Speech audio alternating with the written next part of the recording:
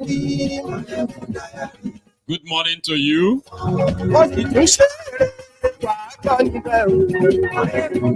Good afternoon to you.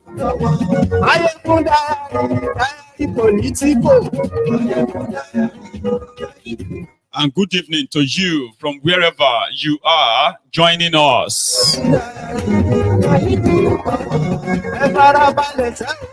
This is Maiyegun Live.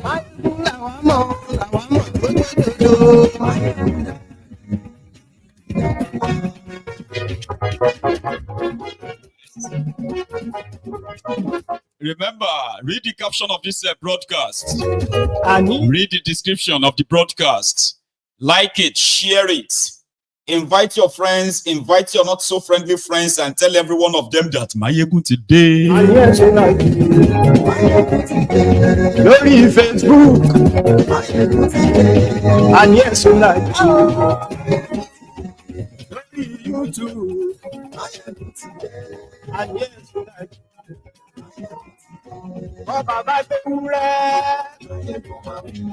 and yes, you like. Thank you so much. Yeah, we've got a series of stuff to share again tonight. And we are going to be taking them one after the other. Just before we get started, as usual, it is better to avail yourselves with what we will be talking about this evening. Nigeria recorded its first kaboom blast of the CNG car in Benin City today. Also, Bobrisky just gave a bit of a response, by the way. Not really concrete. Then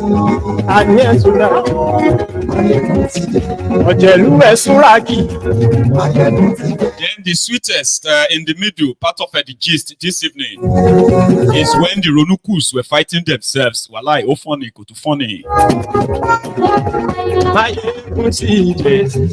Today. So good morning to you once again. Good afternoon to you. And good evening to you from wherever you are joining us. Yes, this is Maiyegun Live. This morning, just before the 12 hours given by Standost Sandalili, Sanpepa Falanas, lawyers, to Idris Okuneye, that he should retract the statements he made in that released audio where he alleged that when he spoke to Falanas' son, Falls, he promised to help speak to his dad, to help speak to his dad, and for his dad to help remove his name from the criminal record by getting him a presidential pardon, a statement or an allegation that the Falanas have come to deny, and it has been generating serious ruckus here and there, left and right, and all that. So the lawyer said he has to retract that and apologize. But Bobrisky, Idris Okuneye, released a statement on his Instagram this morning.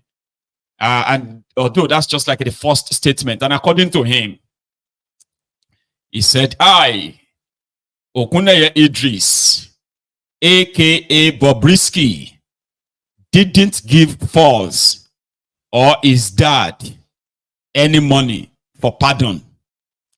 As a matter of fact, no penny was given to them, even though he said he gave 5 million to his son, although he didn't mention the Falanas in that second audio. But the first audio, he said the Falanas were asking for 10 million naira.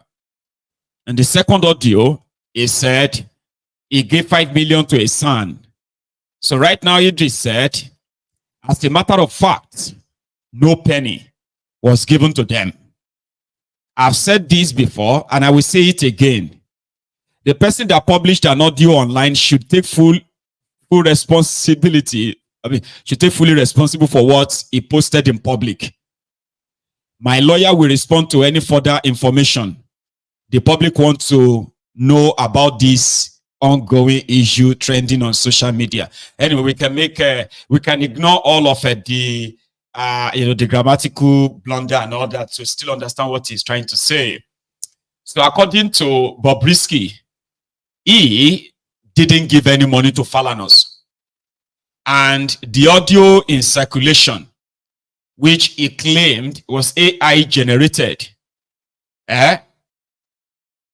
very dark man should be held responsible for the content of that audio, not him. I don't know who advised Bob to write his own response on this matter like that. It is so flat. And in my own book, it is very foolish of a statement. We can't really say that is the official response, since he said his lawyer will respond accordingly. Force has confirmed that they spoke, which means that the audio is not fake, it's real.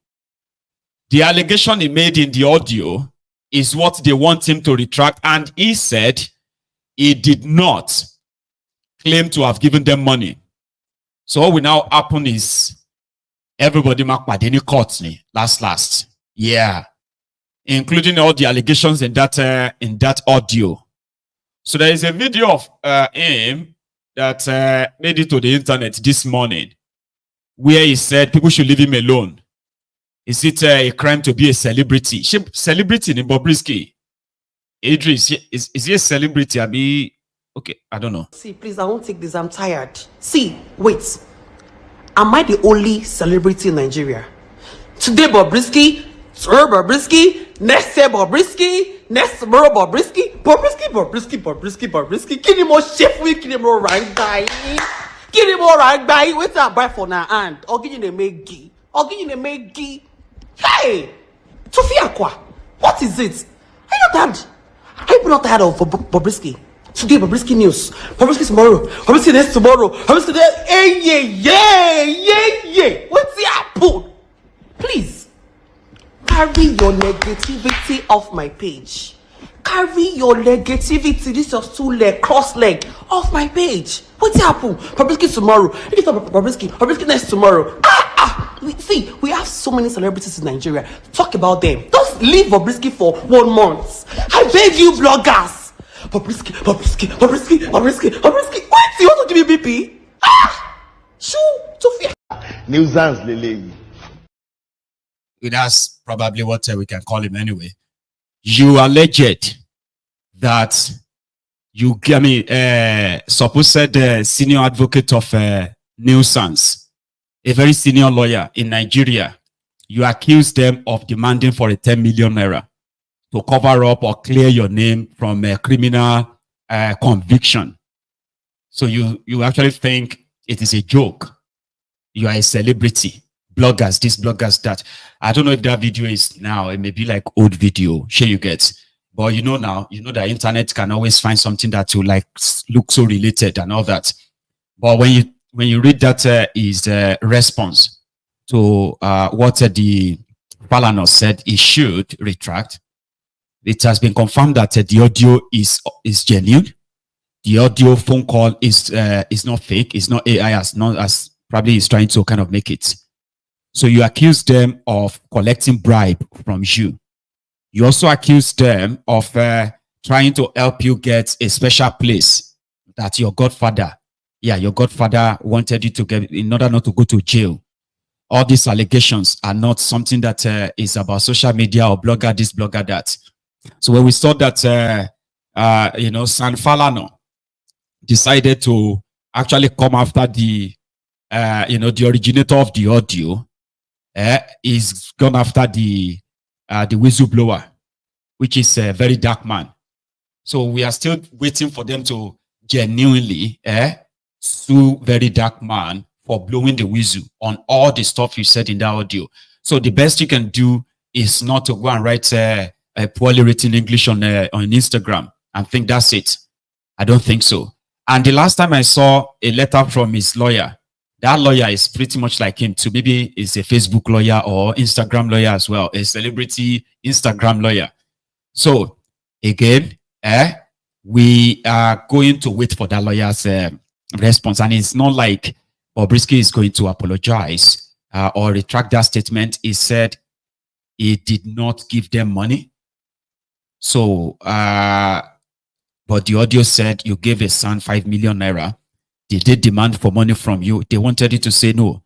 They never demanded any money from you. That's what they are saying, not just give them money.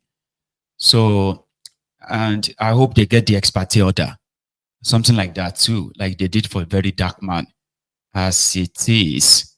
Because even the Isaac Fayoshe, a few days ago, was like, oh, this is the fastest court judgment. It's not a court judgment, you dumbo.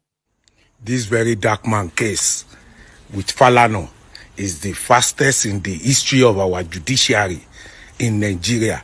This case supposed enter Guinness Book of Record. Is the fastest. I didn't even know judiciary they are this fast. If they are this fast, how come my tenants are still in my estate? Almost 2 years. We never even move from one court. How come Rivers Assembly, the one where they can go APC, their matter still they caught up till now? This is the fastest judgment or fine in the history of our judiciary. This supposed to enter Guinness Book of Record. They should call Guinness Book of Record people to come and take this one. This is the fastest judgment any human being can get. Guy, judiciary is truly for common man. Is truly for common man.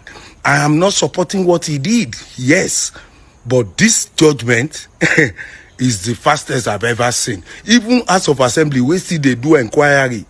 They never finish their inquiry. Court don't fire. Which kind country we dey? One law for some people, one law for others. How come Rivers is still in court? How come judiciary hasn't done something about it? So very dark man holding is important, eh? This very dark man. It's not court judgment. It is called kangaroo ex parte. You know, the one that I can rush to a court in such a corrupt judicial system that you have in that contraption. You get that? You can go to a court and just be like, give me an ex parte order, 21 days. And I want to stop Maiyegun from going live. And the judge will just be like, you, Maiyegun, you are here. Okay, sorry, you can go to court and just say you need an ex parte order. Yeah, you can do it. You give them money. Okay? I don't have to be present. In fact, I won't be present. And the judge in Nigeria will issue an ex parte order. If you ask that, the court, she even said Maiyegun should pay you 100 million naira. They will do it. Just pay them. I'm just giving you the expo. Yeah, go on. Along. You can try it on anyone, but you will pay. You pay first. So you can tell them that, please, Oluwami, my lord, I want you to stop this Maiyegun from going live. And I also want him to pay me 100 million naira for damages, even though I don't know you. Sure you get. You walk straight into any court in Nigeria. They will give you. They will say, okay, go and give this judgment. This is the judgment. It's a court order. Until Maiyegun will now come and then defend any reason why you wanted him to stop broadcasting. You get that now? And then the court will say, you, Maiyegun, you are hereby ordered the following. You must stop broadcasting. You must stop going live. And you must pay Olowo, you must pay him 100 million naira. Failure to do this is tantamount to violation of section 5 of subsection 6 of intersection 8A junction D, F, and E of Nigeria Criminal Code of 1912 before the amalgamation. And, you know, the chat quotes nonsense. They will send it to me. And I will read it and say, 100 million. Oluwami, where do I have to get 100 million? It is how messy they've made up that contraption, so to say. So that is exactly what the sandpaper, Falana, and his children, that is the kind of judgment they got. It's not even a judgment, it's a court order. And that is so funny because the response of a very dark man to that was just pretty much like, but let's talk about something better, Jerry. So now I'm waiting for the follow-up from Falana's lawyers. If they are going to just accept what Bobrisky said, leave me alone. And that will be it. Or they are actually going to, hold him seriously responsible, because they said he had to go and post on social media apologizing, and then he has to go also publish it in the Nigerian newspapers that no, he didn't give them money, they never asked him for money, he never spoke to the old man, and he's yet to do that. So let's go to something else. You remember I said that I am not really against innovations, but APC, they are like devil. When they give you something, if they give you chicken, they are going to ask for possibly your head. Yeah, they will tell you that no, we are not asking for your life. We just need your head. That chicken that we gave to you, now head we won't collect. You say, but if I cut off my head, I am dead. You say, no, it's not our responsibility. We are not the ones we are not saying we want to kill you. What we are saying is that this chicken we are giving to you, now your head we won't collect next. They told you that they removed the subsidy. After removing subsidy, everything dorikodo, upside down. Then they came with their CNG PR. Everywhere you turn, CNG this, CNG that. Go and convert your CNG. It's going to cost you 5,000 naira gas. Now 10,000 naira gas, it will carry you from Abuja to Lagos. It was, you could tell that they actually paid people. So that if you are complaining about petroleum being expensive, then go and get a CNG. Go and put a cylinder in your boot, in your car trunk. Compressed natural gas is called. But there is a technology for that. But my own concern was, and still is, the fact that there are CNG cars, vehicles, manufactured by Oyibo, with they manufacture cars. Just same way they manufactured diesel cars or diesel vehicles, petroleum vehicles. And I don't think there is any manufacturer that will tell you that this car that is petrol, you can convert it to gas. Or this car that is diesel, you can convert it to gas. But Nigerians, somehow, they have been, before Tifnumbu stuff, they have been test running, what do we call it? Oh, not test running, no, not test running. They have been in sort of they have been like trying to change petrol engine to CNG. But it is not at this massive rate because of expensive petrol alone. Before things got this expensive, right? So you've had people who have been experimenting with it. Then this APC, they came. Tifnumbu said subsidy was gone 17 months ago. And then all of a sudden, they're asking people that can no longer afford petroleum, expensive petrol, to go and convert their cars to CNG. And my own concern was, with that kind of Nigeria weather, if the car is originally gas powered, it's understandable. You can say, they've built the entire thing to use gas. So if Oyibo they built a car, now petrol you go use, so you convert them to change it to diesel. Do you really think you are not endangering your life? But because it is Nigeria, no, see, there's no big deal there. It's not today. I have been using this CNG on my car for the past 3 years. Even before they said it's okay, it's very okay. All because you all removed the health and safety part of it. Now, they kept all the information away from you to convert.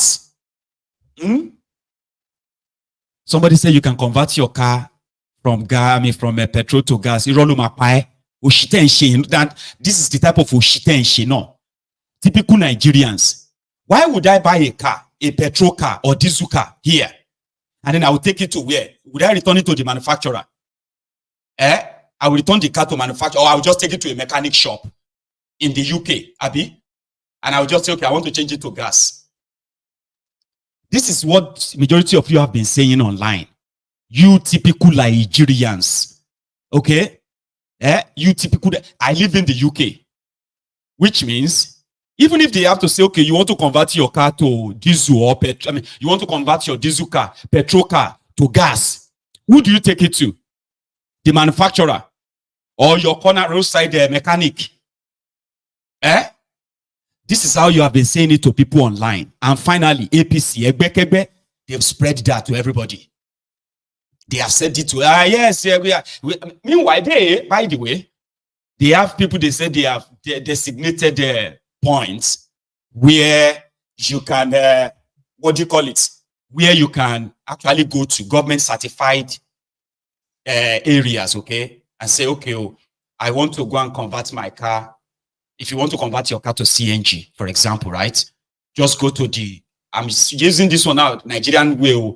But like here, don't ever come to my platform and mislead people with that nonsense talk. Okay? I am a car owner here, and I know something called the health and safety. If I buy my car, an accident, what are you even talking about?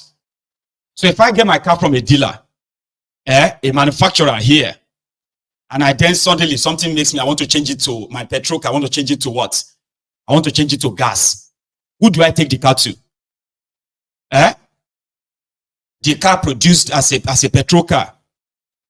You go and convert it to what? There are gas-powered cars in the UK. The most you will do is return that your car, change it for a gas-powered car. Then the manufacturer can go and do their conversion and return it back as a gas-powered car. Not like what they are doing in Nigeria. And guess what? Not that Nigerians are not, Nigerians will tell you that they are so brainy. They are very smart.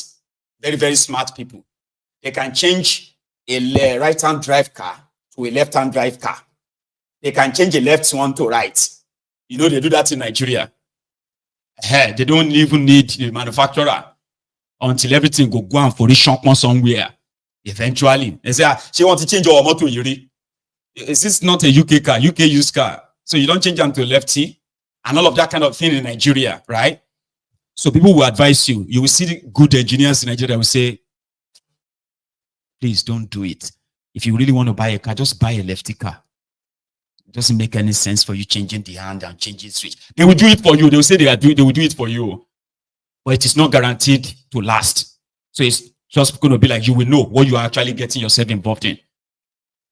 A gas-powered car, you are not going to put a cylinder in your boot. You won't put a gas cylinder in the back, in the trunk of your car. That's what they are doing for them in Nigeria. Right? However, they have places called the government designated area where you can convert your cars. Okay? But it's so expensive. It's so expensive that Tifnumbu's government that is running the promo to convert your car from petrol to gas in Nigeria, CNG, you will need between 1.2 million naira and close to 2 million naira. So how many people can actually really afford that? And how many places do you really have government designated areas where you can actually do the conversion? Because they said they are subsidizing it for people. Here you get. So you pay maybe 700,000. Government will pay 500 for you. Depends on the kind of car. So that give room to other places where they can do it for you. And they are not really government designated areas. So when you say you can convert your car in the UK, imagine shake because you will not, nobody in this country will take a car from you. And then convert into a gas for you, from petrol to gas, without that same place being either, you know, like government sanctioned. I mean, I don't know even that. This is how you make up all this nonsense that APC Egbekegbe is actually selling to people in Nigeria.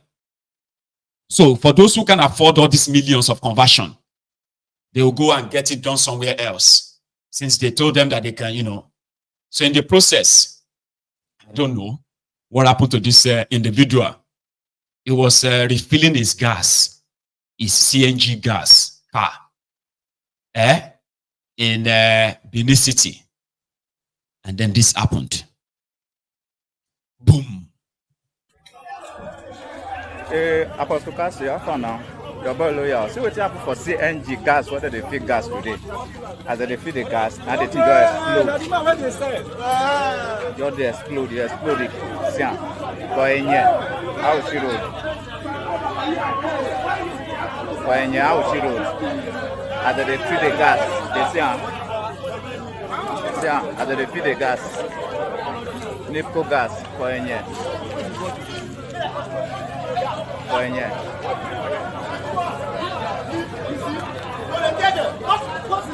Listen, wait. Listen, sometimes when they pass that, they say, they'll say, come on,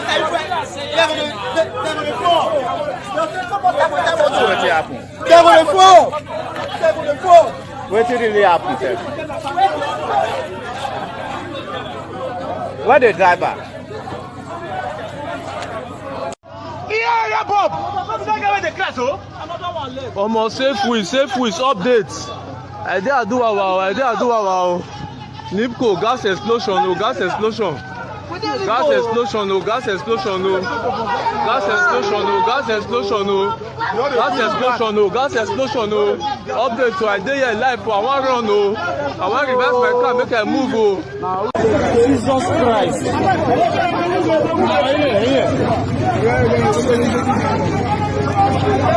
God of mercy.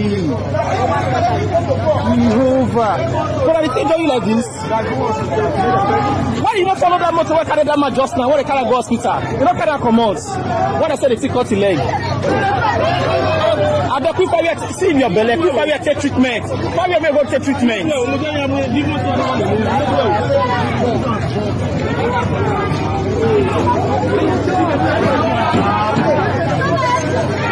May they help this man now. May they help this man. May they help this man. No, help this man. Management now. Bro, may they help this man now.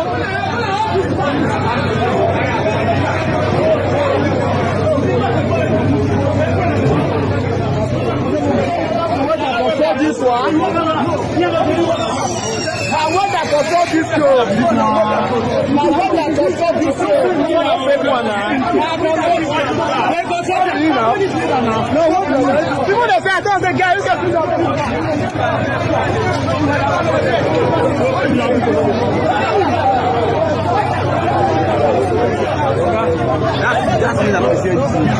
No, they said I got look and I went to the construct. No. It's these people. Don't look at everybody just in game now. What are they just in game? But this is so those cylinder not be there they sell. No, you pick out the cylinder come. You pick out the cylinder come. I think they do it. The person they do everything. The Roman one. Wait till me they talk. Now then where they install it for you, not be that they give you cylinder. Not that they give you cylinder. You know they just for where this is the cylinder. You know they have the cylinder. If you come this one now one where they construct. Now let her blow. Now open it. If you see CNG, you go send the different. This one. Check the boot now. Open one boot now. May check that. Jesus Christ. See what he gas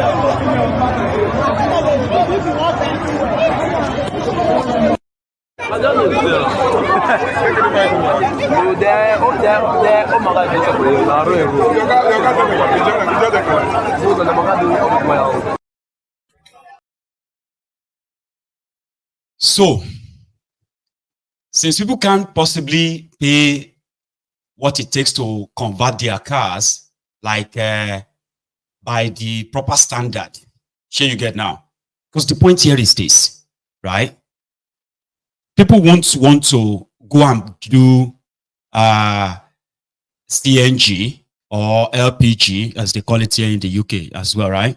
So CNG, they won't want to probably go and do that if the cost of petroleum price, the cost of petrol in Nigeria, if it hasn't gotten to a stage where affordability is almost near impossible, they won't just want to. So this is not something that you are like, you know what, I am going to, I just want to like convert my car to a CNG or LPG, which then you have to go to the certified, what do you call them? A certified, possibly a certified company, right? Who will give you all the procedures, all the process and everything, and tells you, in fact, run the proper health check on that same vehicle of yours to ascertain if they want to, I mean, if it's actually really worth it, right? So they say people are using cylinders, possibly cylinders that are supposed to be for cooking gas. You know, from what I found out, right, the cylinder for this kind of CNG is thicker, right, and a little bit kind of heavier than the normal small cooking gas cylinder. But where they ask you to come and pay 1.5 million because you can't afford the cost of a petroleum of fueling your car with what the price is currently has become, or wherever it is still going. So you can't afford the money for petrol. You can't afford the money to pay the proper one, you know, the proper conversion. You ended up in the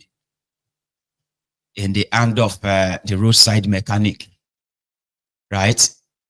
Who probably believe that, yeah, we can set that up for you now, because then the weather, which simply means that with the level, I mean, with the kind of heat that you have there in Nigeria, covering your cylinder that is probably of not of real quality, and everybody is moving on the gas car, explosion like that,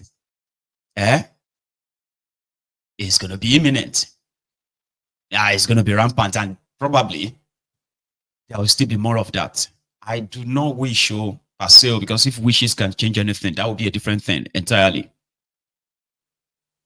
So they said that that person was at the filling station, okay, to refill his tank. He's probably had it for some time. It can't be something they just sort of, you know, put up in his car. And then while they were refilling it, boom. But good enough. There is no casualty. There's nobody. There's no one that died. Or many people really got injured from the shrapnel of you know, the explosion and all that. So that's the first one. And I do not wish for another one, but like again, wishes won't fix anything. No, it won't. So Nigeria is a place where standard, health and safety is easily compromised, right? So if it's going to cost you over ₦1 million, is it not better for you to go and buy electric bicycle, electric bike?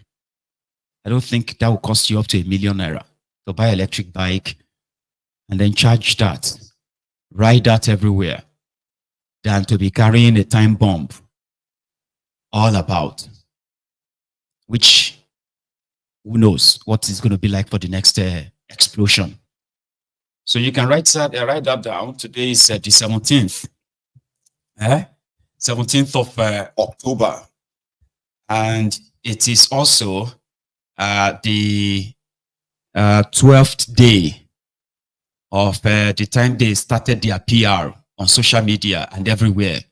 Why CNG is the way forward. CNG is the future. Nigeria has so much gas, and the gas should be used to power cars in that your 60-degree Fahrenheit. You have crude oil. You now have a refinery, but you can't afford petrol because it's going to keep getting out of hand and out of hand, out of hand, and all that. And rather, we should have and look for an escape route. They said most of your taxis now, most of your what do you call them, Uber, especially in Lagos, most of them are now on CNG, by the way, because it is cheaper. The conversion is the expensive part. They said it is cheaper to drive a CNG car. So now if I have to be in Lagos and then a Uber is picking me up, I'll just ask the driver, can you pop the trunk, please? I want to check something. So if they pump it and I see that cylinder there, I'll just be like, safe trip, Baba. I'm not going. Yeah, that would be me. I will get to that stage and be paranoid, right? So they have run a PR to say it is safer. It is, they said a petrol car can explode anytime, but a CNG can't. That was a day, 2 days ago, when Olusegun, Tifnumbu's media assistant, was running this endless PR on this CNG thing. They have already, they are supplying what is called the CNG Keke Marua as well, right? And that one is factory fitted tricycle, okay? They are asking people to come and convert their tricycle to CNG too. People are doing that too. But when you see the ones that are like factory fitted means they build the tricycle, right? And they build them with a CNG sort of, component and all that.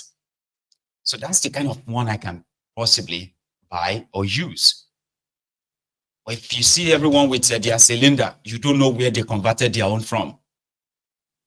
To convert a cylinder, your CNG into a tricycle, that I was told is between 500,000 and 750,000 naira. That's a lot of money. So then, but there are those that will do it. There's a caller for Dalico that can do it, engineer caller. I can do it for you for 150,000. If you can go and buy your own cylinder, it will do the conversion for you. There are those who will be doing all the conversion left, right, and center without minding the health and safety, which is my concern. Do you get that now? So they have the companies that are licensed to do this conversion. They put all their names out there.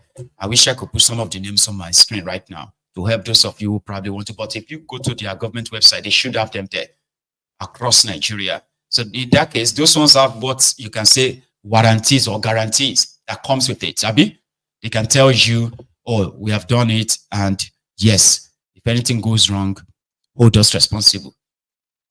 But Nigeria, that you know, how many of them will actually go to those government certified outlets? So you just see everybody driving cylinder everywhere, all about cylinders, and you are in traffic. You have no idea how many of those cars are cylinder cars, CNG cars. Nigeria, where anything goes. So if you want to preach how we do it here in the UK, or how they do it here in the UK, and you are ignoring what is actual concern here, which is Nigeria. In the UK, there's something called the health and safety. Somebody said there's a company doing the conversion in Benin. See, if I go online now and I search for the LPG company in Benin, the details of that company is going to pop up. But if I go on and I say, okay, give me the name of the mechanic that is doing the conversion at Ijora, Badia, or so and so, I can't find any details anywhere. Even the ones that the government will tell you, go to this, go to that. When you finally found them, you can't find any much details on them because it is Nigeria.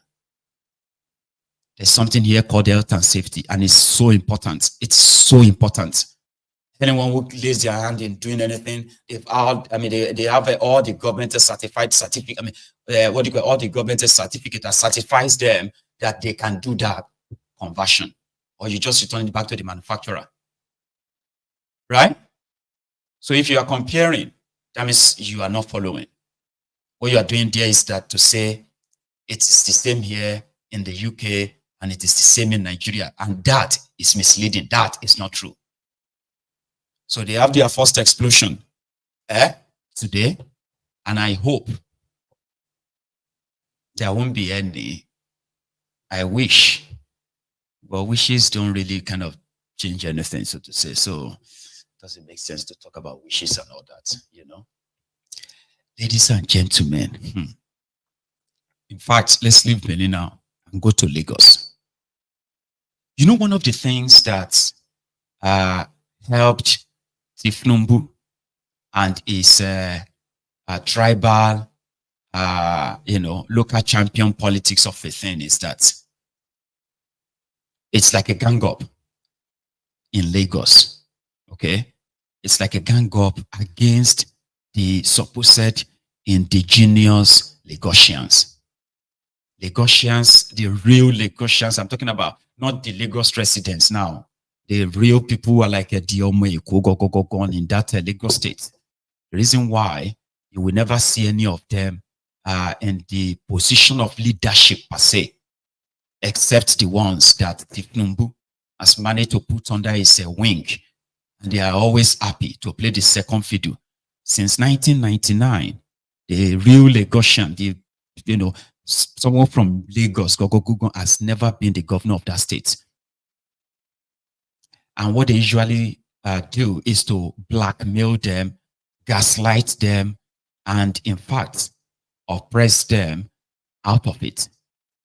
They will do they've done so much. In fact, there's, if you remember, the Omolua Bieko, Funshaw Williams, the man that they killed.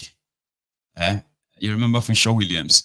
He's considered to be a real Lagosian, okay, that got so close to becoming the governor of Lagos State until he got slaughtered like a man. Yeah, they killed him like a man in Lagos. Until tomorrow, his killers have not been found. And they will never be found because his killers are those who continue to ruin Lagos.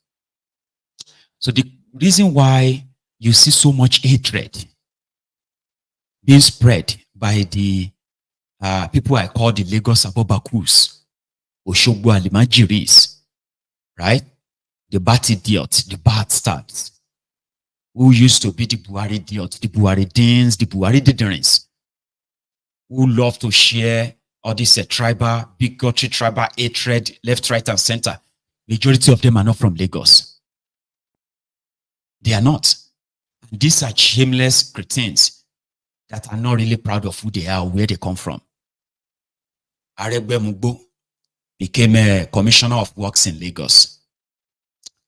And he's from Osun State. When it was time for him, he went back to Osun. This other guy, Faleke, who is from Kogi State, he was also one of the political appointees of Tifnumbu in Lagos, that is even representing Lagos in the National Assembly. He is from Kogi. Okoyemo Bawandele, who was at a point, I think, was he Commissioner for Information or so? He is from Ekiti. Today, is a senator representing Ekiti. Danku Arawani, Solo Makinde, Solo Yayi, Danku, he is claiming he's from Ekiti as well, but he's currently claiming that he's from Ilaro in Ogun State. He has been representing Lagos State at the National Assembly for more than 20 years now. Right? Now he wants to be the governor of Ogun State in 2027. So which is now kind of, so majority of them are not from Lagos State. And that is why when you look at those who are shouting, Igbos want to take over Lagos, Igbos have taken over Lagos, because majority of them are so ashamed of where they come from. Normally they shouldn't though, but you think they are from Lagos originally. That is why when they see other Yorubas saying that, but you are not from Lagos yourself, why don't you just claim your Ibadan or your state, your Ogun state? Why not claim your Ekiti or Osun? Why are you attacking people in Lagos because of Tifnumbu? They will tell you that we are all Yorubas. All Yorubas are the owner of Lagos. Anybody from Yoruba land can become anything in Lagos. There are those who are Lagosians, in the Ronukus camp as well. So lately, they are now kind of campaigning. Look at Dele Alakori. Dele Alakori is from Ekiti, but he also became a commissioner in Lagos. Okay? Bayo Onofunuga.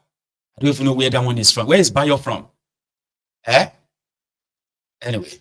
So when you look at all of them like that, Sanwo-Eku is from Ijebu, Fashola is from Ekiti, even though they said his papa grew up in Isaleko, so he's kind of felt to be like Omo Isaleko, but he's not from Lagos State. Here you get. So, who else was there? Well, I think Ambode can be called a Lagosian to some extent because he is originally from Ekwe. Ambode is not from outside that source. Okay, yeah, Ambode is Lagosian, right? So I think it is not like all of them were not really. Anyway, so it's been a bit of a trouble. Now that some of these Runukus are now saying Lagos for Lagos, you know, that a real Lagosian must become governor of Lagos State. At least Aladijo Joy. When you see the Aworis, when you see the Eguns, they are the real Lagosians. But if you see the way the Tifnumbu and his co-travelers, the way they treat them in Lagos, you will think the Eguns, right? They were just people who are from nowhere. And these are the full-blooded real Lagosians, the Badagry people like that. And it is not just that, they ensure that so many of them never really get to any serious or hold any serious political positions. And then even in civil service, they manage to cut them a bit out enough that they won't hold any serious influential position in Lagos. It is so deep, it cuts so deep. But lately, they are beginning to say they've had enough.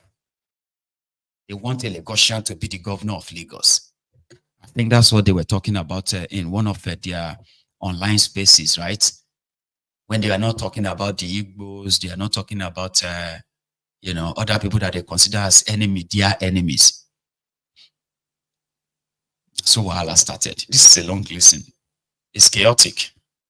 And I wanted to sit back and just listen to these exchanges between these Runukus last night, to the point that they are promising to beat themselves up.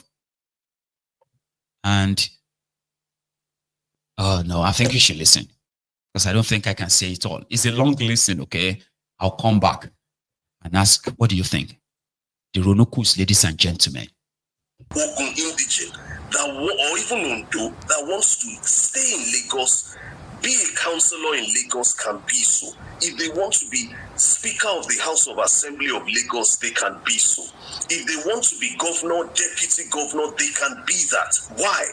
Because we in numbers, and so shall it remain forever and ever. Because Awolowo himself fought to ensure that Lagos remained part of the Western region's sphere. So we are going to carry on the great works of Chief Obafemi Awolowo. No Yoruba person can threaten another Yoruba person. You have your rights, and I respect your rights as someone who calls him or herself Lagosian. Yes, I do. That is why Yoruba people defend each other around the world, whether it's in Cuba, whether it's in Brazil, Trinidad and Tobago, whether it is in Nigeria, in Sokoto, in Bono, in Boko, in wherever it is, we come together, we defend each other. Why?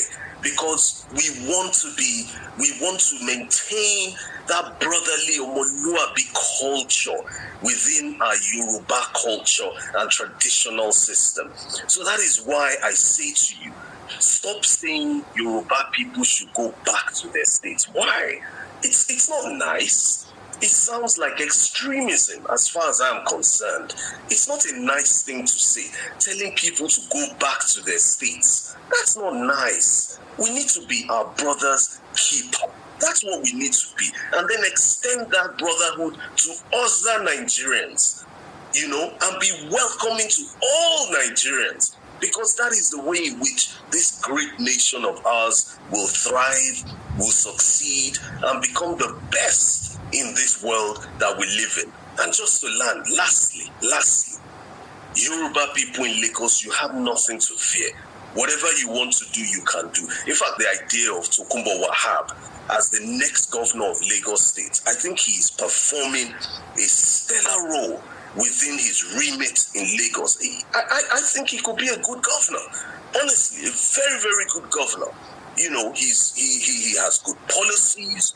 He's the kind of person that can implement foundational policies that will see Lagos go from where it is today to become the Dubai of this century. So I think, for me, the likes of Tokunbo Wahab, let's support them to be governor of Lagos. And, my Yoruba people, you have nothing to fear. Okay? Nothing to fear. Respect the opinions of those who say otherwise. But just know that you have the voting numbers and there's nothing anyone can do about it. But let's be welcoming to all Nigerians as well, as we always have been. But let's make sure that Lagos, Osun, Ogun, Kwara, Kogi, Borno, all states benefit from what we call the Lagos template. Thank you very much. Okay, thank you, the preachers of lovers of South-Westerners. But Igbos must go out of Lagos. You are not from Lagos. You are telling Igbos to go out of Lagos. But Lagosians don't have a right to tell you, go back to your state. No wahala. We go see the end. DMS, are you there? Mazi, you saw what this citizen Olu did here. He made one statement, and I'm very pissed with that statement. He said other Yorubas can come from another state to be governor in Lagos State. Like, we don't have Lagos indigene. And we don't level, like, what is going on? And you people will be complaining about some people have expansionist idea. What type of idea do you have?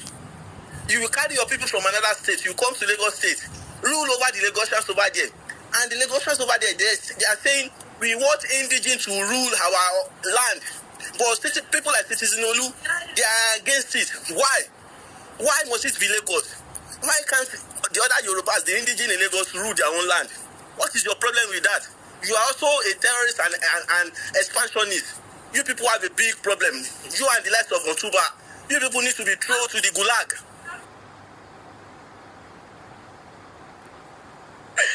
DMS, please, stop. This comment is not good. Stop. Thank you, DMS. Mazi, also tell them to stop. They should stop this expansionist behavior. We have Lagosians, indigene of Lagos, we have them. They can also be the governor of their state. They are educated. They have everything all that Yorubas have. They should stop this expansionist idea. If they don't stop, we won't stop also. Okay, let's have additional. I think Bishop is here. I don't talk to me and me. I just observe when I talk later. Okay. Let's I think Otumba have a response. Can I respond to what he said? Because he called my name. Let me respond in 1 minute, please. Yeah, thank you so much. You see, when people speak like this, because there's something, that a great sage once said, people sometimes speak out of ignorance for lack of knowledge. We must first of all look at the voting demographic in Lagos. Anybody can go out there, form a party,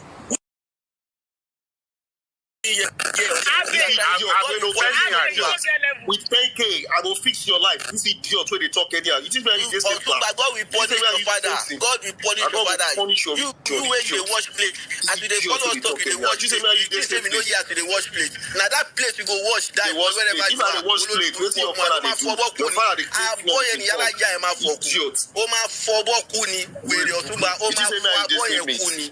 The water and place they sound underground now that place you go wash that wherever you are. Because they tell me say you want to teach myself to make money. You want to teach myself to wash plates. Man, don't listen to this bastard. You also want to teach you how to wash plates.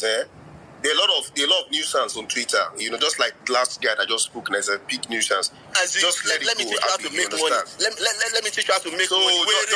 He wants to teach you how to wash plates. He wants to teach you how to wash plates. This way, conversation, I'll leave here. Because all these kind of small boys now, where they talk online, say wash. If I ask him, I make it start proof now. They could start. Oh God, your papa. But you don't want to. I don't read your page. Your papa, you're older than me. You are an old fool. You know what? I like when I'll be at your age, I will not be on Twitter space. You are a bastard, Otuba.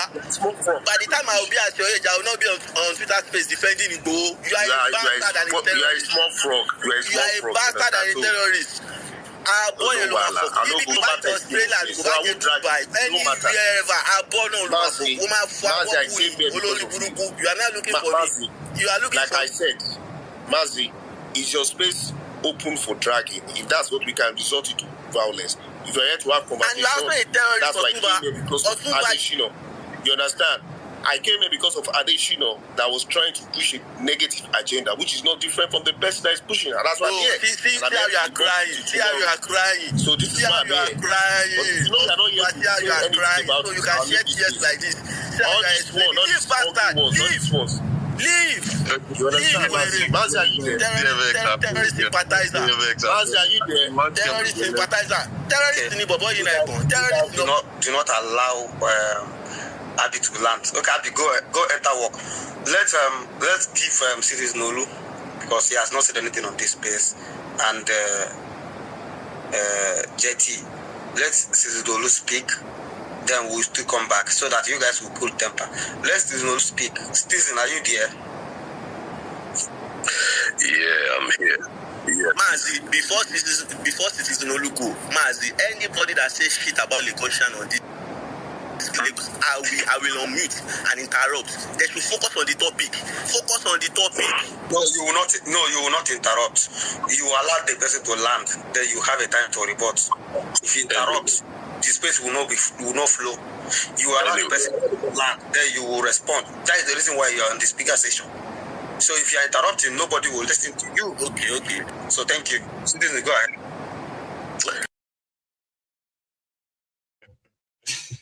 There is more, but I'm not going to make this our evening about them.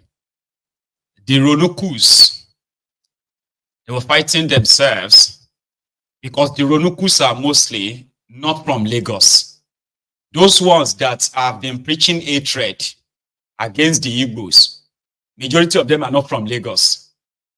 And they are entitled because Tifnumbu has made that happen, where people from Kwara, from Oshun, from this have been holding different political posts as appointed to them by Tifnumbu. So because of this, they believe that Lagos Lagos belong to all Yorubas, which is an idea that, somehow it's all right. But what about that Yoruba land? Can people from Lagos go and become governor in Ogun State? Can anybody from Lagos go and become a governor in Kwara, Oshun, Ekiti, Omo-Isaleko, or somebody from Oshodi or from Meshomolu, like proper Lagosian? We'd say no get any relative there, or just that, is a Yoruba man. The answer is no. But they have silenced them for so long, right? That a lot of them are beginning to rise now and say, even some of these Igbos, right, are non-Yorubas. They are more Lagosians than most of you, these guys who are from this Ekiti, Oshun, and this and that, because you are a Yoruba, okay? And then you call the real Lagosians pretty much like, you know, they're like inconsequential. So now the waiting cause fight between them with that. So somebody that is claiming to be Otumba, maybe he's from Ekiti, or he's a prominent Runuku on social media, on Twitter, everywhere. Somebody from Lagos is now saying that, why don't you go back to your state and go and be talking about your state instead of using this Yoruba, that, in such a way that we all know that nobody say you this because you love Yoruba, you don't. It's because of Tifnumbu. So it's quite interesting though. And yeah, like somebody, you know, like people will say on this platform, people are waking up, asking questions, and it will be Tifnumbu, the last of his kind in Yoruba land, when everybody will begin to understand that Tifnumbu does not represent us. He represents himself and those who wanted to see if they can benefit from his criminal enterprise. And then they would rather throw the entire Yoruba into the pit, just to kind of satisfy the what do you call it? The greed of one man. So it's coming up. When I see them fight again, I'll bring that here again, okay? Remember this. If you decide to vote, if Tinubu wins, all of you are going to join. That is God has spoken. Just let it go live. Let it go live has spoken. Just we have said it. Let me say in English so that the world understands. Okay, sir. If Nigerians vote for APC, Nigeria will sink. We will swing in poverty. And the economy will be in shambles. If the government of APC continues, Nigeria will suffer extraordinary. I'm not in support of anybody. As a matter of fact, I don't vote. And I will never vote. I am telling you that we have never seen hardship before. Then this is when we now experience more hardship. We will be sick, the economy will be sick.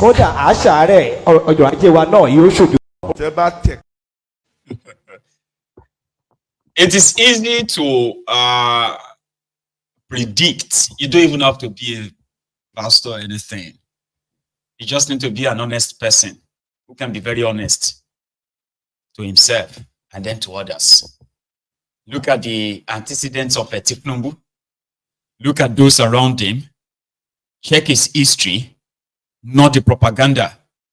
And then you have your answer, your prediction. Now that man, even though he has tried to predict other things that didn't happen, well, you see this particular one, is spot on, and he's not the only person that predicted this.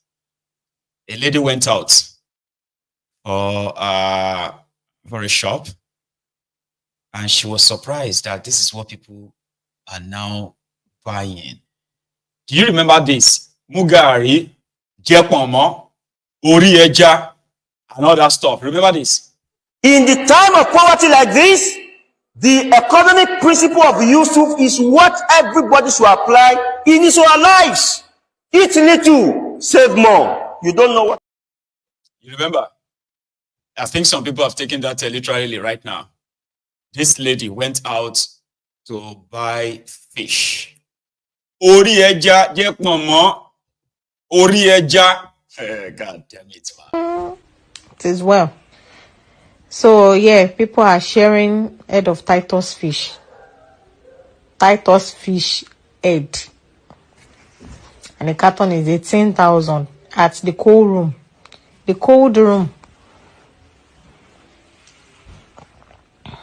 So this is my first time of seeing it. I just discovered this. I've never seen it before. I didn't know they usually sell head of Titus fish. People are really buying. Because that's like the cheapest now. Cheapest. I wanted to buy, see the prices of different fishes they have.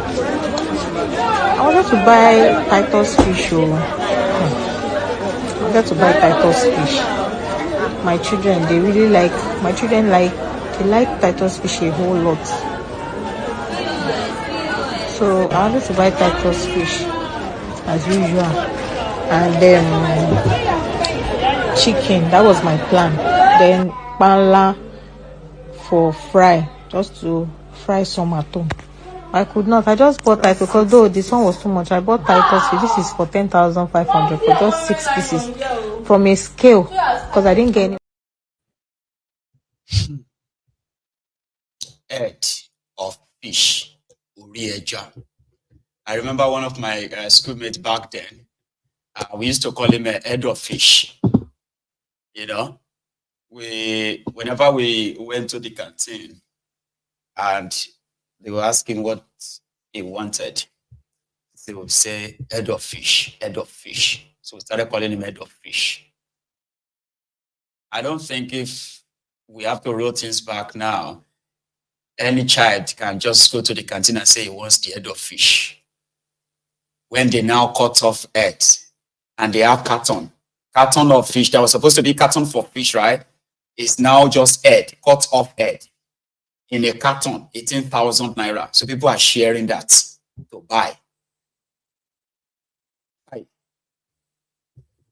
If number well done, oh, you do well, oh, as they say. I want to listen to that guy just a bit, okay? In the time of poverty like this, the economic principle of Yusuf is what everybody should apply in his own lives. Eat little, save more. You don't know what is happening. Kese la nri lowo, makasakasa timbo. A dollar was just 800 naira or thereabout a couple of months ago. Now a dollar is over 1,000 naira. How much will it go? Nobody knows. Tori to nse falafulu. Ogba salary kilawa. Igberaga week. Gbera resanle láìpẹ́. Eat little and save more. Ayé tá ń jẹ chicken kọ́ la wà yìí mọ́. Ayé shawarma kọ́ mọ́. Ayé ice cream kọ́. Mu gààrí. Jẹ pọ̀nmọ́. Gbàgbé táwọn doctors sọ pé kò ní nutritional value. Kí ló fẹ́ nutritional value pẹ̀lú kíni? Kí ló kọ nutritional value? Nutritional value báwo? Mu gààrí. Mama, do you know how much is the bag of beans now?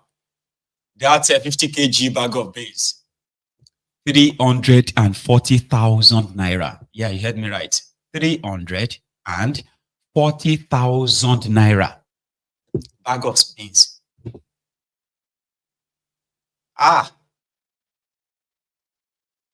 Jesus alone about.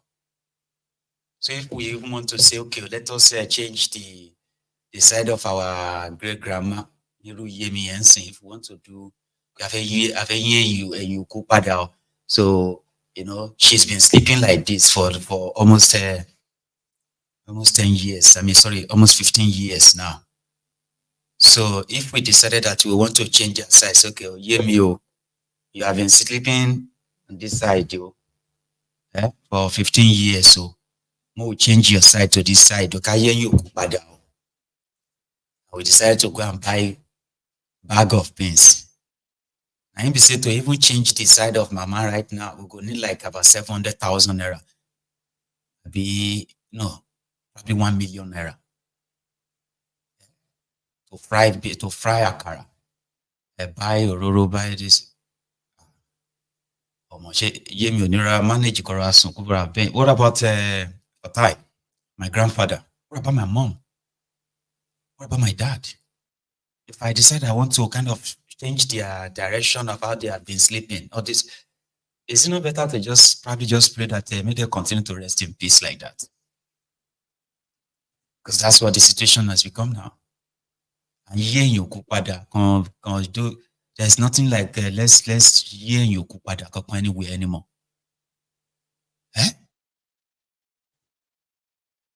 Hi.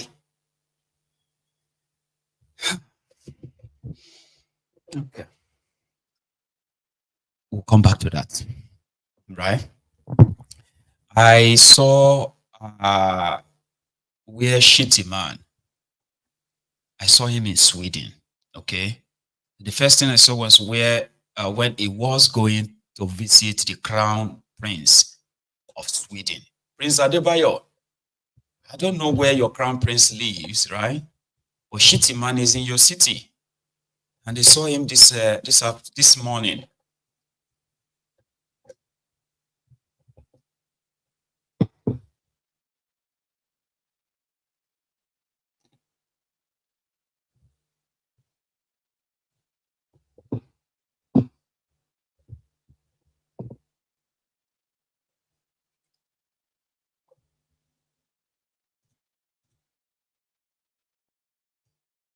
Yeah, the audio is off. And I remember when I was growing up, yeah, then my mom was still alive, my granddad was still alive, and there are so many people that were still alive then, okay? I was not so little boy, but I wasn't a grown-up person per se. So I'll be hearing the adults talking about how their dead, their dead father or mother or uncle visited them in Lagos. They say, Muri Baba Loke, sorry, Muri Baba Kupa. I saw Baba Kupa last week. And he said, all of you have forgotten me. All of you have forgotten me. Where did you all forget me? Meanwhile, Baba Kupa has been dead for maybe about 20 years. So they will now come to, you know me, I grew up in Odogbolu. So they will now come to Odogbolu from Lagos in all their cars. And in the cars, you will see that they will come down with a ram. They will come down with all this kind of food stuff like that. And they say, we want to do remembrance here. Because Baba Kupa Baba Kupa appeared to somebody in a dream. And he was complaining that his children have abandoned him. They just let him there and all of that. So they will now come to Odogbolu, right? And that weekend, we will have many parties. Here you get like party every Saturday. They will try to visit somebody somewhere. Don't be like, say, even our ancestors right now, to get the energy to visit anybody. Talk less of convincing anybody anywhere now that, you know, even people who come from abroad. I've had my uncles, my aunties, they will come back from abroad. They will say they are so appear to them that they should come and remember them. So we just, well, at least we'll have party. I don't think that still happens in Odogbolu right now. Especially those of you watching me from Odogbolu. Do people still come back home to do remembrance every Saturday? Friday, Saturday, Sunday? Killing rams, cows, and all of that stuff. I know some of you watching me right now will be like, what are you talking about? Leave me alone. I'm talking to people who knows how we grew up. I grew up that way, where, you know, somebody will just appear in your dream. Somebody who is dead for like about 15 years, 20 years, 30. Some even dead before they born you. I will say, you have all forgotten me. They will come back and they will, you know, we'll have party. The economy these days, the ancestor, everybody just decided to just stay on their own. Because when you look at everybody from their ancestors' iPad, you check everybody as this one self is almost homeless now. This one said the economy don't destroy her marriage. I can't go to this one. So let's check your granddaughter. So my granddaughter, her salary is just 75,000 naira. She cannot even feed herself. So, no, leave my granddaughter. Let's try. What about that? See, now all of them be this. I'm checking them on Facebook. Look at them. See, they are all asking that God should, you know. So I don't think people really go back home anymore to go and say they saw somebody in their dream, and therefore they are back home to come and remember them. I still remember my mom. I do. It's just that the economy tough, by the way, that I don't think I want to throw a party for her. But if it was back then, I probably would be doing remembrance every year, throwing a remembrance party for her, killing this, you know. Aye. A lot has happened, man. Well, here is Shettima talking about Tinubu's economic policies with the Swedish Business Forum. I want to please warn you, okay? Whatever you hear this guy saying, please don't ask me to explain, all right? Because I don't even understand it myself. But I can't pretend I didn't see it. Shettima. A lot of you are asking, where is Tinubu? Don't ask me. He's chilling in Paris. The other one is in Sweden, lying to his audience, probably talking to himself. Give them hope for a better tomorrow. Your Excellencies, distinguished ladies and gentlemen, there is hope for a better tomorrow. The highest, we are a monoproduct economy. The highest we have ever earned from the export of crude oil was 35 billion. In 2011, when Goodluck Ebele Jonathan was the president of Nigeria, India is expected to earn over $100 billion from BPO alone this year. Apart from our unique status as a young nation, our proximity to Europe is an advantage. From the comfort of our homes in Okitipupa, in Sokoto, in Gusau, we can earn our living legitimately. So I believe Nigeria is where the action is. We have the talent. We have a very young, resilient, and resourceful population in Nigeria. And with the renewed hope agenda of President Bola Ahmed Tinubu, this is the best time to come and invest in Nigeria. Nigeria holds promise. There are more English speakers in Nigeria than in India. And by 2035, India, the BPO giant of the world, will have only 1 million surplus. But Nigeria holds a promise. With all due respect, we speak better English than the Indians.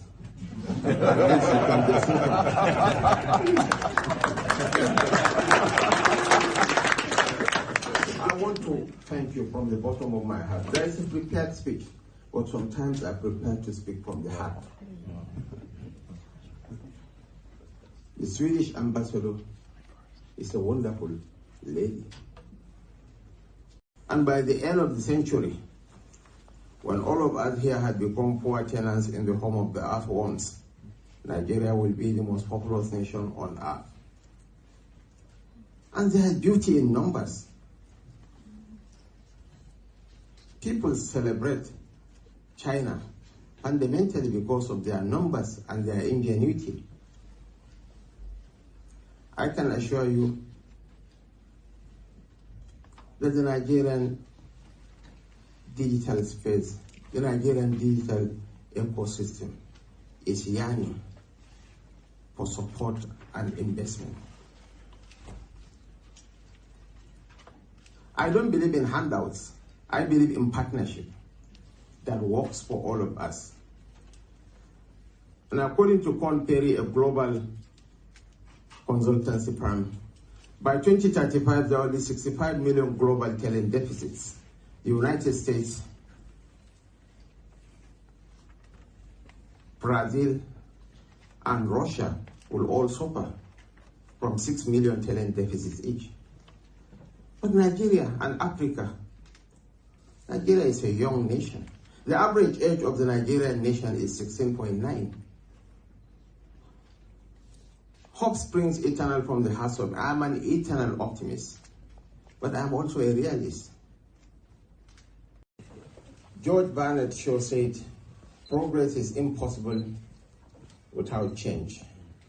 And those who cannot change their minds cannot change anything. The word for crisis in the Chinese language is Wei Des.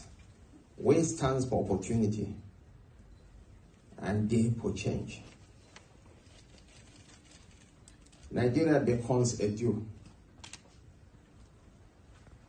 Nigeria is calling on you, and we are ready for business. We give them hope. Nuisance, Lele. Okay, I shouldn't be asking you because I said you should not ask me to explain. What happened is that that's how people who sort of talk to themselves, that's how they do. All right. Nigeria is yearning for investment. Nigeria wants, we don't want your handout.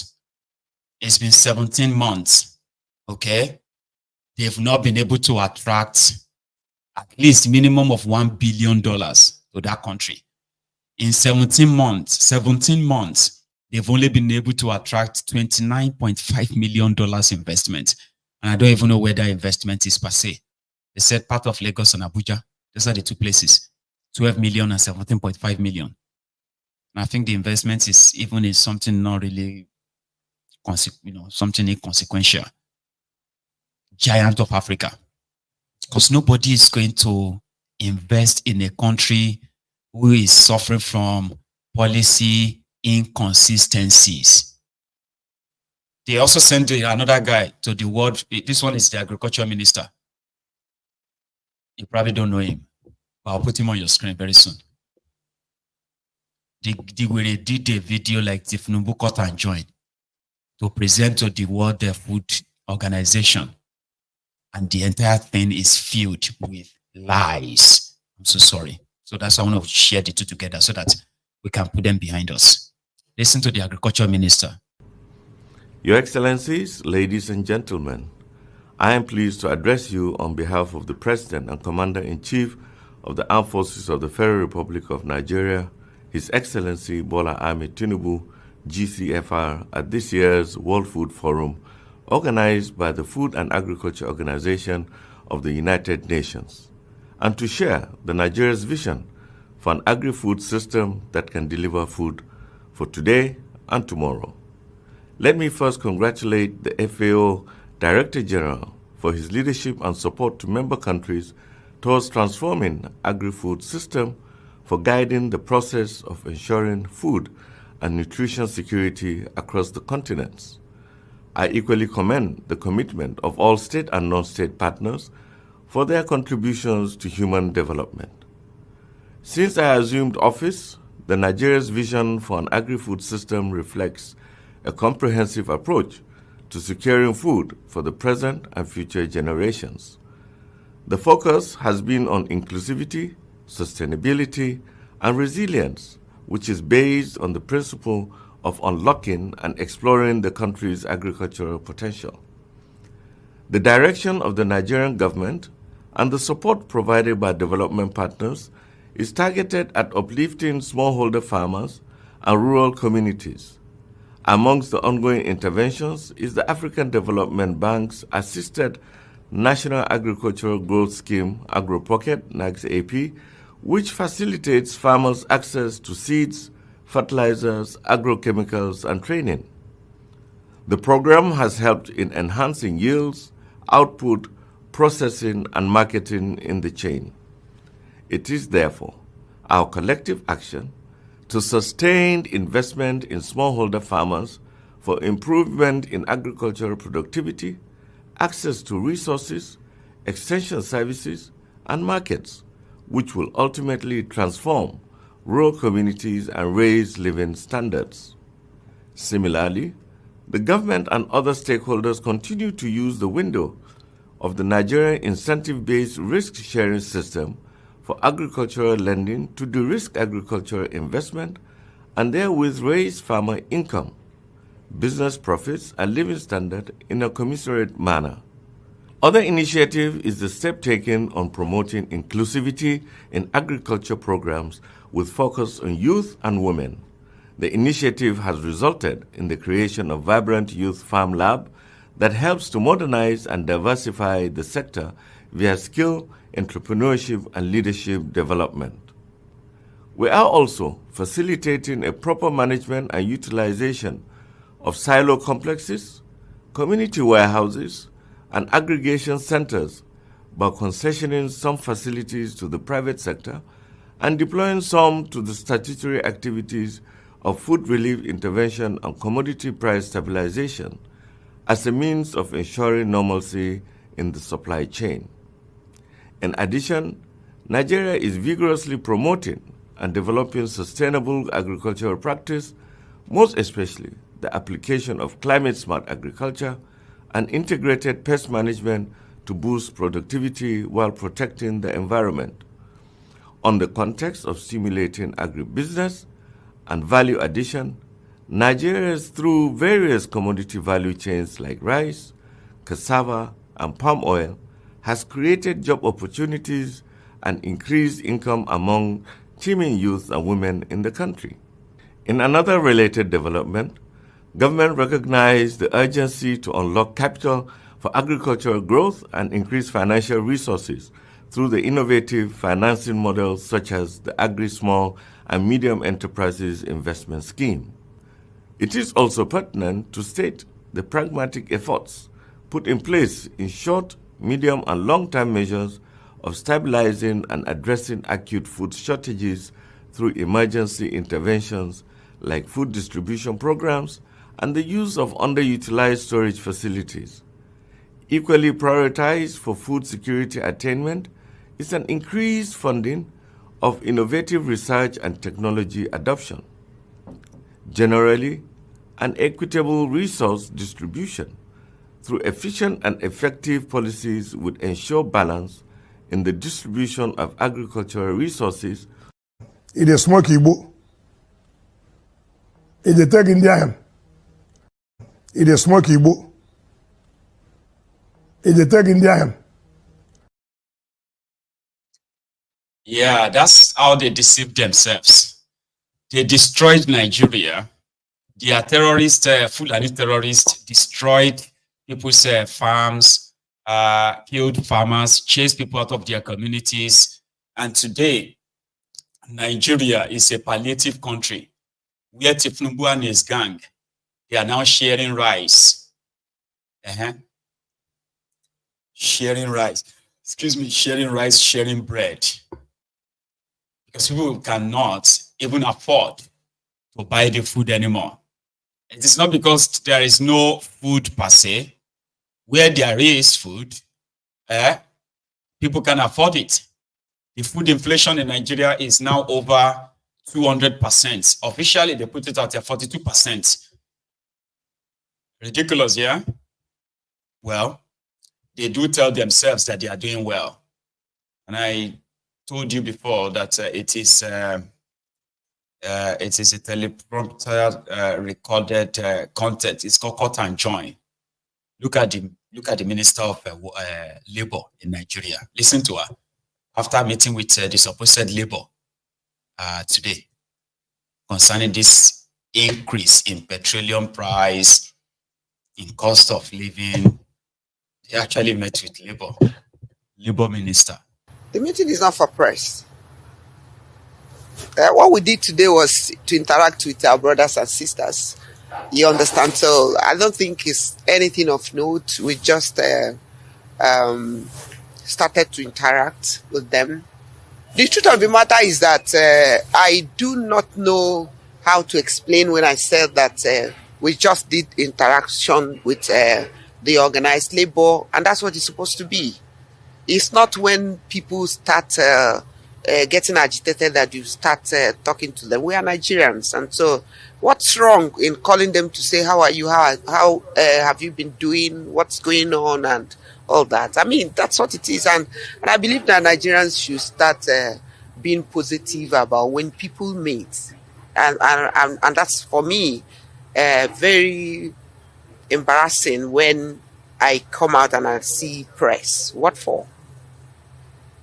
Hey, we didn't invite you now, so that means our interaction is friendly and of course that's what's supposed to be done.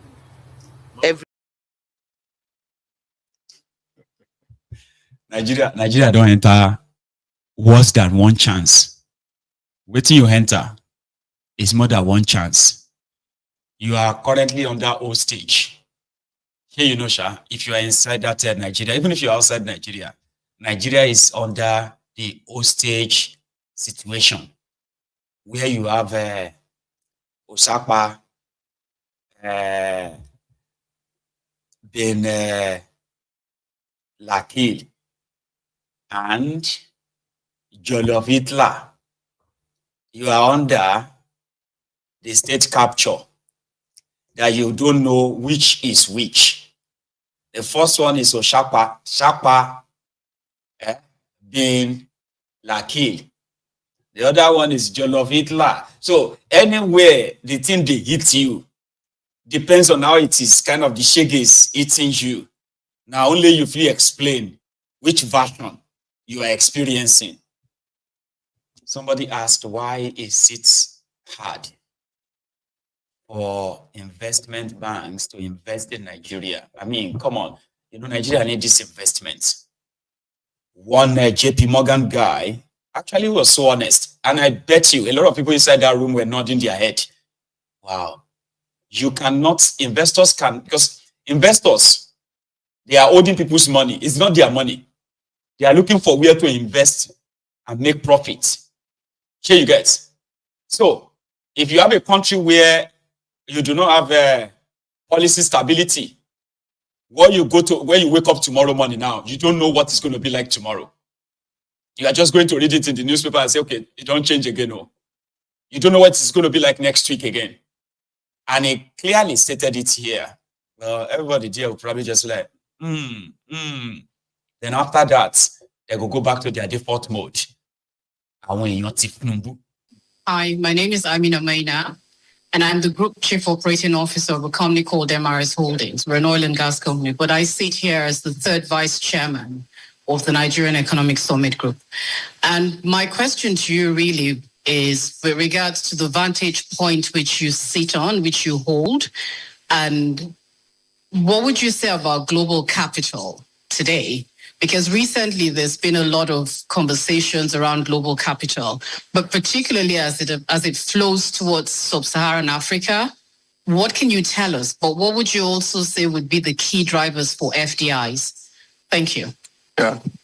So there's no mystery to that. Capital goes to where it's taken care of, where people think they can make some money and have a return on capital in the long run.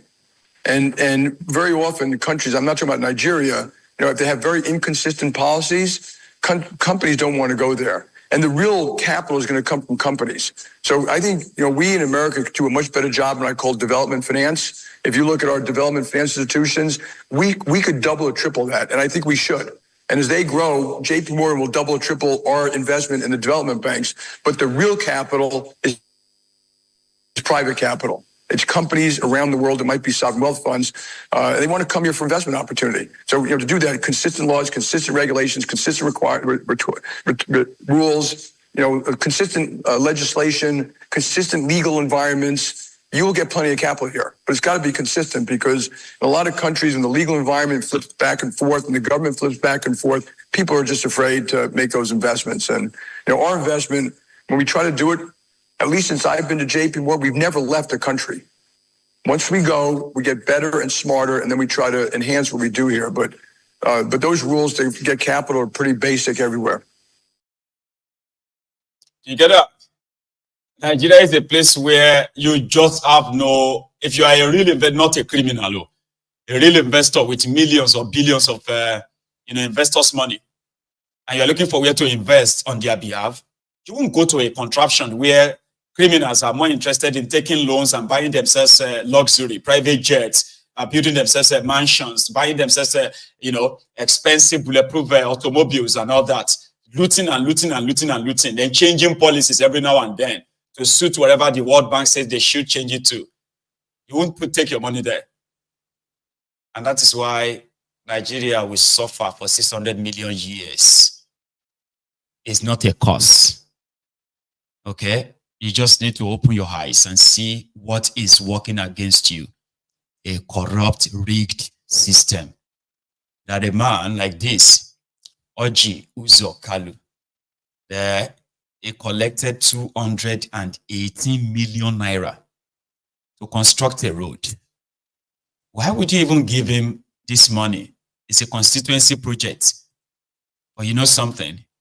When he got the money, you need to see what he constructed as a road. And then they are like, where is the rest of the road? It was with Sheung earlier. I'll show you the picture in a minute. Yeah. When some of your colleagues are getting 140 million naira worth of vehicle, when their constituents are suffering. No. Don't you think you just hear all these rumors? Some of them are not rumors. No. We see them writing it. No. Have you seen the me National writing? Assembly. I mean, if you say you're a billionaire, I don't say I'm a billionaire. I say I'm a businessman. Yeah, if you say you're a businessman, you have the wherewithal to buy it. But even if you do, should you get 140 million naira vehicle, No, Sean, let me tell when your people are suffering? Let me be honest with you. I'm in the Senate, and a lot of things are said about the senators, and I sit there quietly and watch. And most of these things are not true. Like getting vehicles? Yes, of course, they're not true. You mean that senators have not gotten vehicles? Is that what you're saying? Some senators were given aid to buy vehicles and upgraded it with their own, those that can afford it. It's not every senator. You didn't get a vehicle? No, what will I do with the official vehicle? What will I do? The Land Cruiser? There's nothing like official vehicle. They buy vehicles to the committees. Individual senators have this is why I'm telling you, you are part of this rumor Charade. Senators are giving committee vehicles. So and did you get a vehicle, Senator? No. That is not the issue. Did my committee get a vehicle? The answer is yes. But you chair a committee, don't you? I chair a committee. So you got a vehicle? The vehicle is for committee work. It's not for me. But it's the official vehicle. No, it's not true. It's not true. Well, anybody in the committee can use this vehicle. So Nigerian people, let me tell you, we are elected people. There are many people that are appointed. They use 5-6 vehicles. Nobody talks about it. But I mean, the legislators are doing they're doing a lot to see that Nigerian people are carried along, because we're the only elected people. In our constituencies, if somebody is sick, they will come to us. If somebody's child is not going to school, they will come for school fees. If anything happens to any constituent, they come to you. So the way they looked down on legislators are things I cannot believe. I mean, I think there is a mix-up here. Maybe you are, Senator, you are not privy to some of, maybe you, because you are a big man, you will not get some of these It's vehicles. not true. But you need to recheck your records. I will recheck and come back to you. Please, sir. So if you can, I will recheck. Because I'm a senior member. Let me tell you, I'm a senior member of the Maybe that's Senate. why you don't need, you have this chain of vehicles in your compound, and you do not need them. But there are facts under the fact that lawmakers get vehicles. Some of these vehicles amount to about 140 million naira a unit of those vehicles. All I know, the committees get vehicles. No lawmaker is owner of any vehicle. You may not be factual like I don't know. You probably need to check. Maybe you should exchange. Because we've had this I should become this. I should become this I've way. I've spoken to your colleague who is in charge about this same vehicle. And they never said that they did not get vehicle. No. I said they did not get vehicle. You are saying that it's for committees. To the committee. But we do know that each lawmaker is proportioned. There are those who will say, give us the money, we'll purchase. There are those, true. They're given the options. It's not true. There are a lot of things that you are probably not aware of, Senator. They are giving committee vehicles. Maybe you can leave that part of your argument, because I have to go for more knowledge. But I'm telling you, and you are telling me you have my colleague who is in charge of it. No, none of my colleagues should not tell you, or should tell you that this vehicle do not belong to committee. So the question here, and where I'm driving at, is the vehicle is just one part of it. is how the political class live large at the expense of the average person. When the average person in the society cannot feed, fuel prices have gone up, and they're looking to you, those of you who promised them good life, who went to them in the constituency, who said APC is the best thing that's happened to Nigeria and you should vote for APC. And now you go to the National Assembly and they hear this amount of money that you take home as wages and salaries and emolument, and they wonder, why are these people behaving this way? You're not reflecting the average person that you are representing. No, sure, it depends. I'm doing my duty as a legislator in my constituency. I can never fail in my duty. And I'm sure that most senators are doing their duties in their constituencies. I can never fail in Abia non-senatorial district. The question is, at what expense? That you are getting so much. Getting what? From where? You don't think that the livelihood and what it costs Nigeria from where? To fund the lives of those who are in government is too... Sure. If you have told me, I will bring you the statement of my account from the Senate. How much do you earn as a salary senator? I earn 14 million for everything. In a year or per month? In a month. In a month? Yeah, but everything compulsory. In your salary? My salary, the overhead, the worker salary, everybody. So, you don't think that is enormous? No, it's not. Head. You're not the only one. No. Let me be honest with you. Mm-hmm. Do you know this money I have to buy fuel, I have to travel to my constituency, I have to maintain constituency office, I have to sit in the constituency. It's not enough. If you have told me, as a two-term governor, Senator, yes, you don't think cost of governance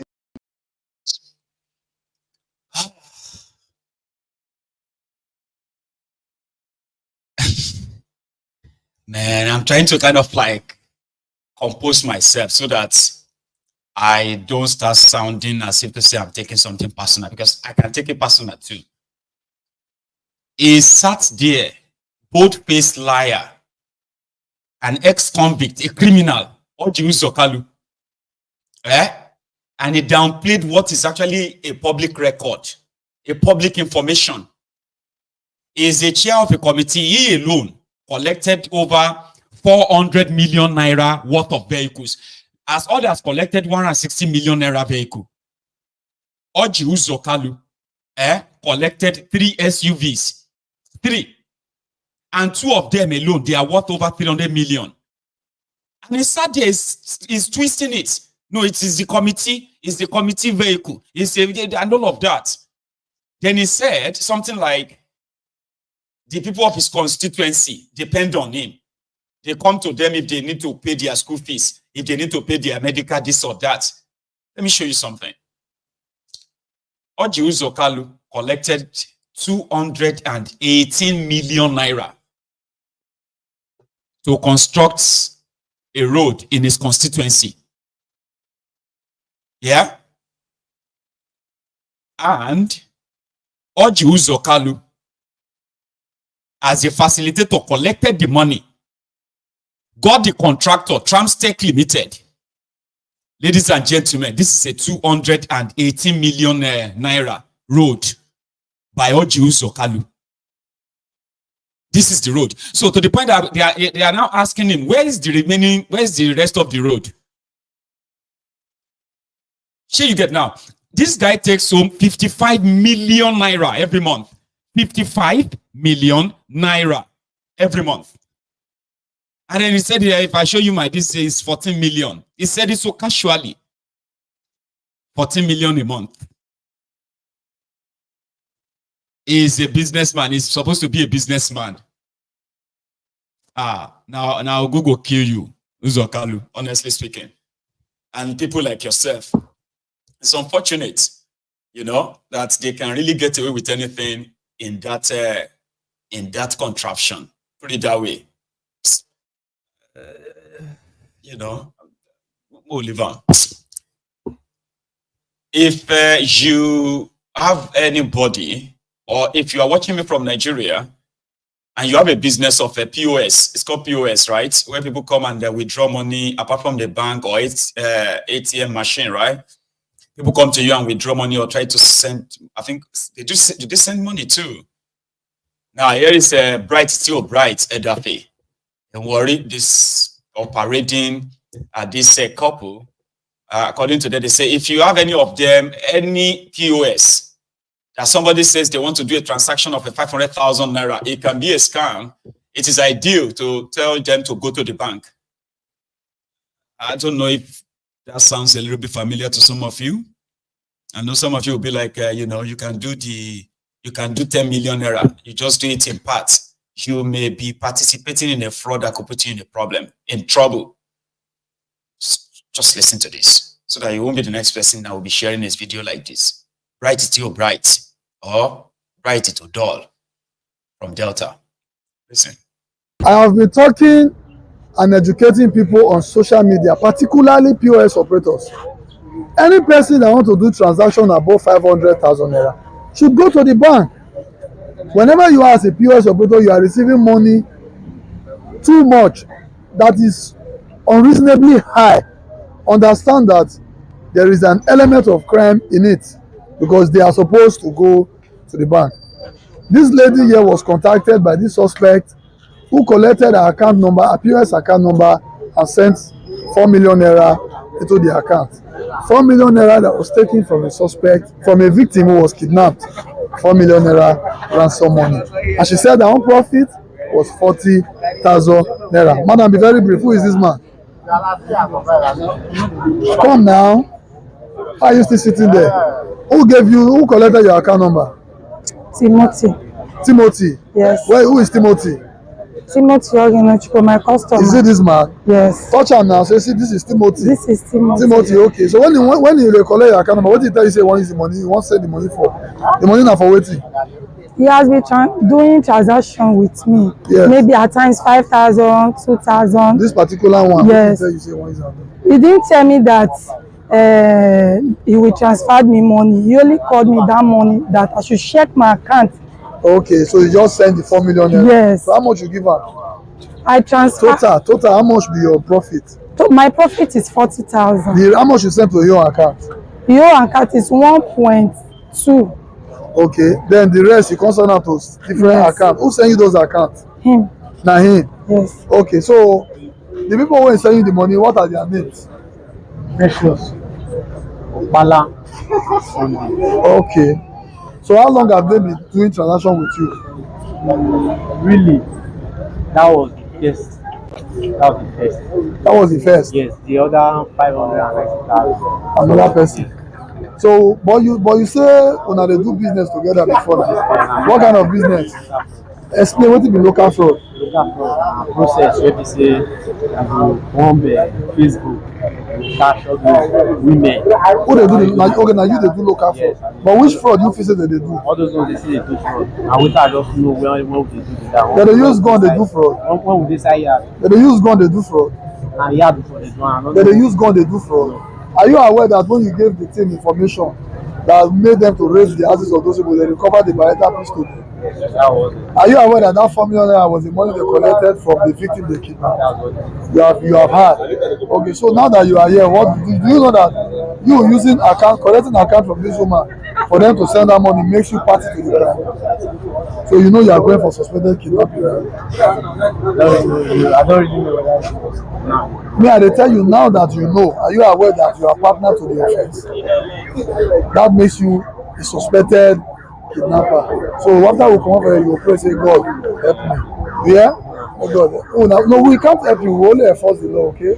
You go pray, may God help you. But you don't enter. So now, very pain. Again, do not fall victim. I know a lot of people's greed will make them do things because from making 1,000, 2,000 naira a day, so from many transactions to making 40,000 at once, you may kind of be an instrument of crime, and you end up on my screen as an example to others. Here you get. So the lady running the POS can feign ignorance, but she probably not totally innocent. Here you get. So if you have anybody running such business, right, in what Nigeria has become today, they may be using you as a means of collecting ransom for kidnapping. And once that happens, you won't get that profit you want to make, and you may even end up, that's the best part you have seen.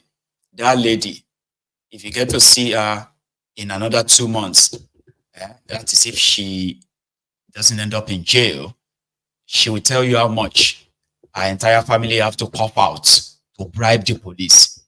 So which means the 40,000 they promised her, she won't get it, right? And her life can be turned upside down. It is what Nigeria has become now. Just be careful.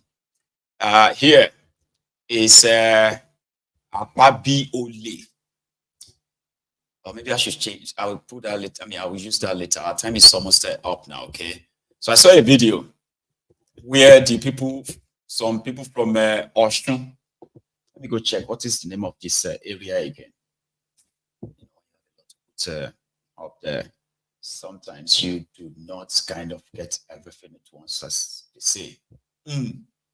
Ashubiaro, Isale Oshun, Oshogbo. Do you know the area in Osun State? Ashubiaro. Look at them so happy because Governor Ajobafida of Osun sent a grader to come and grade their road in this 2024. Now, so they call the band set. Our Nekonton is trending.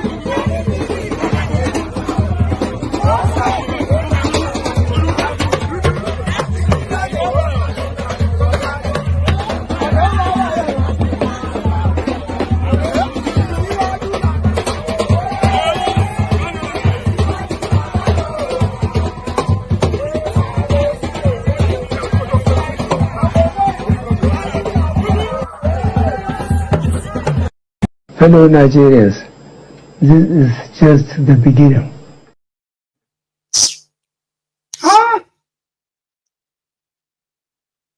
You see that my people are so easy to rule. They are so easy to govern. And what they need to become your yes men and yes women is so little. And yet, politicians treat them like piece of rag. They are not coming to tar the road though. It's just to show to them that governor near them. So let's create the road. We'll bring bitumen later to come and, or at most, they may just bring some black paint, pour the paint on the road to make it look pretty. They will take pictures. And they are happy. Once they saw the katakata like that, everybody just dressed up. They brought out the band set and the drummers, and they started celebrating and dancing. What do you think they would do if the road is actually constructed proper with drainages and all of that? What do you think they would do? They will be over the moon. They're not asking for much, but yet they treat our people like piece of rag, dirty rag.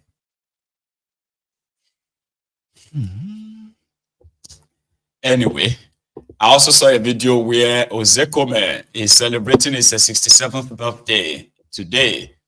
There were a few people there, including Obi, Jonathan, Mama Peshe, and a few others like that.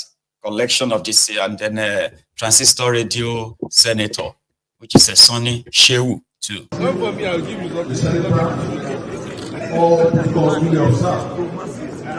behalf of the former Indian President J.P. Dawes, I have been sent by our law firm to present the sum of 5 billion naira to launch the Politico.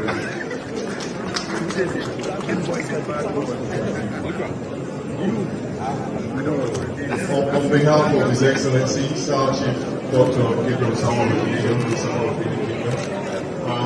he extends his profound apologies for not being here. He does not be here present, but he assures Chief Michael that he's here within the spirit, and we endeavor.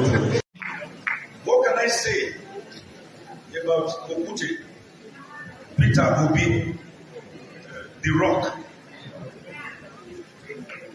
That Jesus Christ.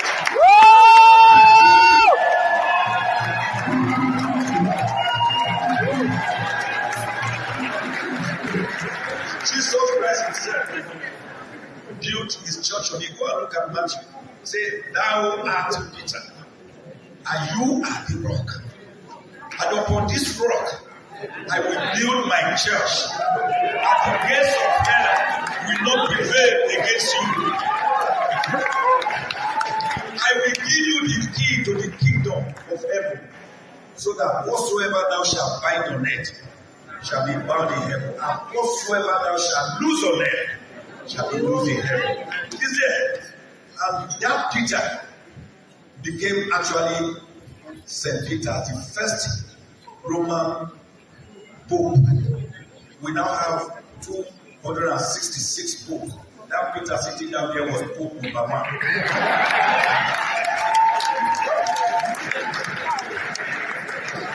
And you know why I like the Catholic Church, which I want many of you to just finally come into.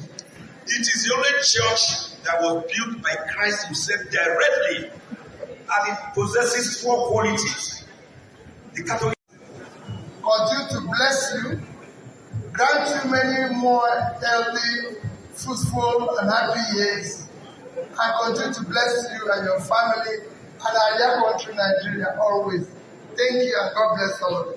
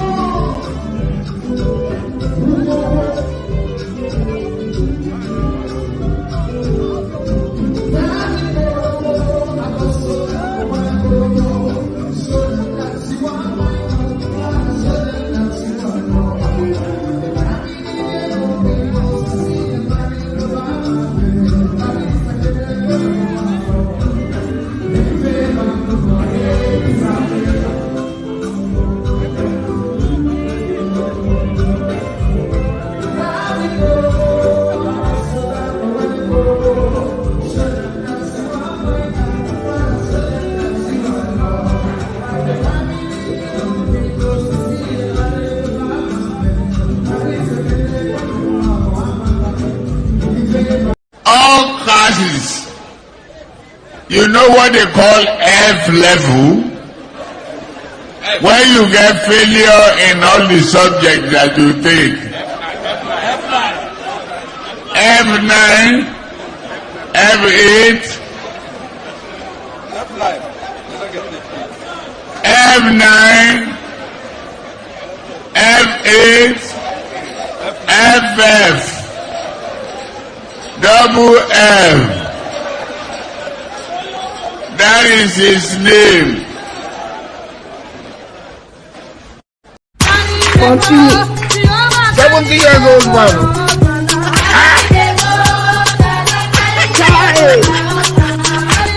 Is that you? Jesus is Lord. Woman, is that you? Continue. 70 years old man.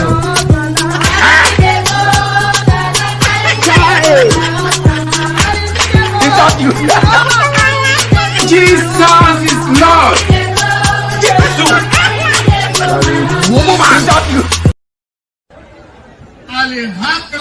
Alhamdulillah. Alhamdulillah. Alhamdulillah. Alhamdulillah. Amen. Thank you so much, Lababs. I got your coffee cups. Baba, you are too much. Thank you. I appreciate that though. And that is where I'm going to draw the curtain this night. So we can take calls. Let's see if the line is going to work. So those of you who might want to react to this chat this evening, or you have one or two things to share with us as well. We have just about 50 more minutes and we can call it a night. But first, let me stretch my legs, okay? And then take a short break.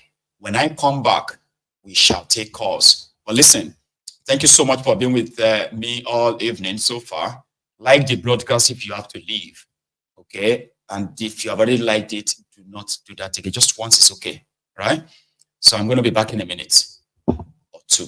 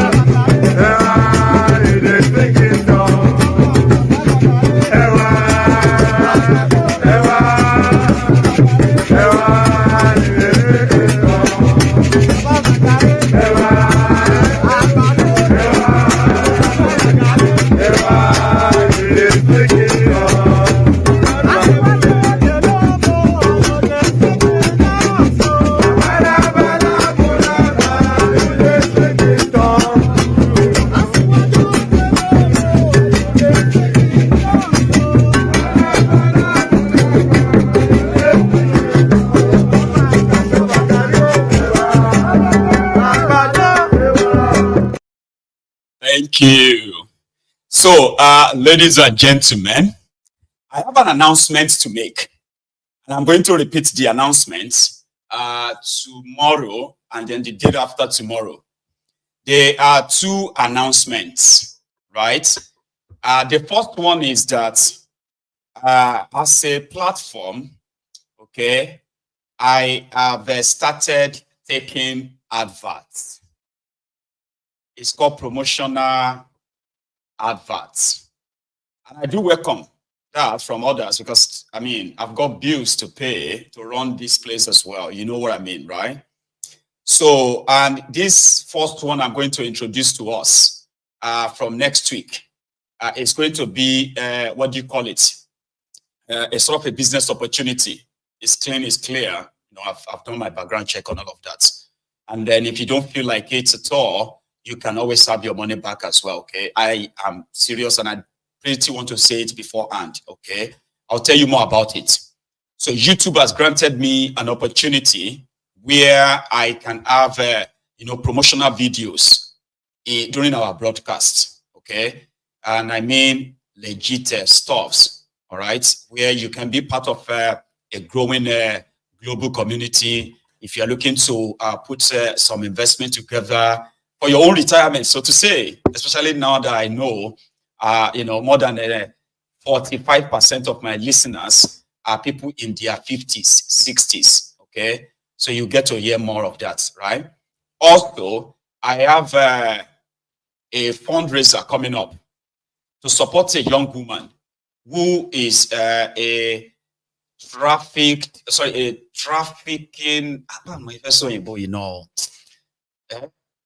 she's a trafficked victim that is now raising awareness among young people, vulnerable people in Nigeria that are being targeted by human traffickers. I told you that, I think I shared that with us a while back. Now she is launching a book where she wrote about her experience and therefore raising more awareness within the local communities, in her space and in Nigeria. I want us to support her. I wouldn't mind $1, $5, £5, £10, £1,000, I don't know. We will raise funds for her. The purpose is to help majority of those young people who are in schools right now. They are those being targeted in rural communities in Nigeria. So we want this message of people being careful, not falling victim, right? To get a spread enough. So I am going to ask for your help. And I'm so serious. I know I won't be let down anyway, right? So this platform is going to give a huge support to her.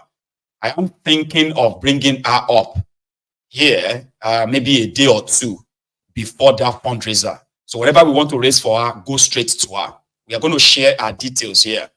And she is going to tell us how much of our donation is coming to her so that we can know how to thank all of you the moment we are able to raise something. And I hope we can raise millions for her. It's not just for her.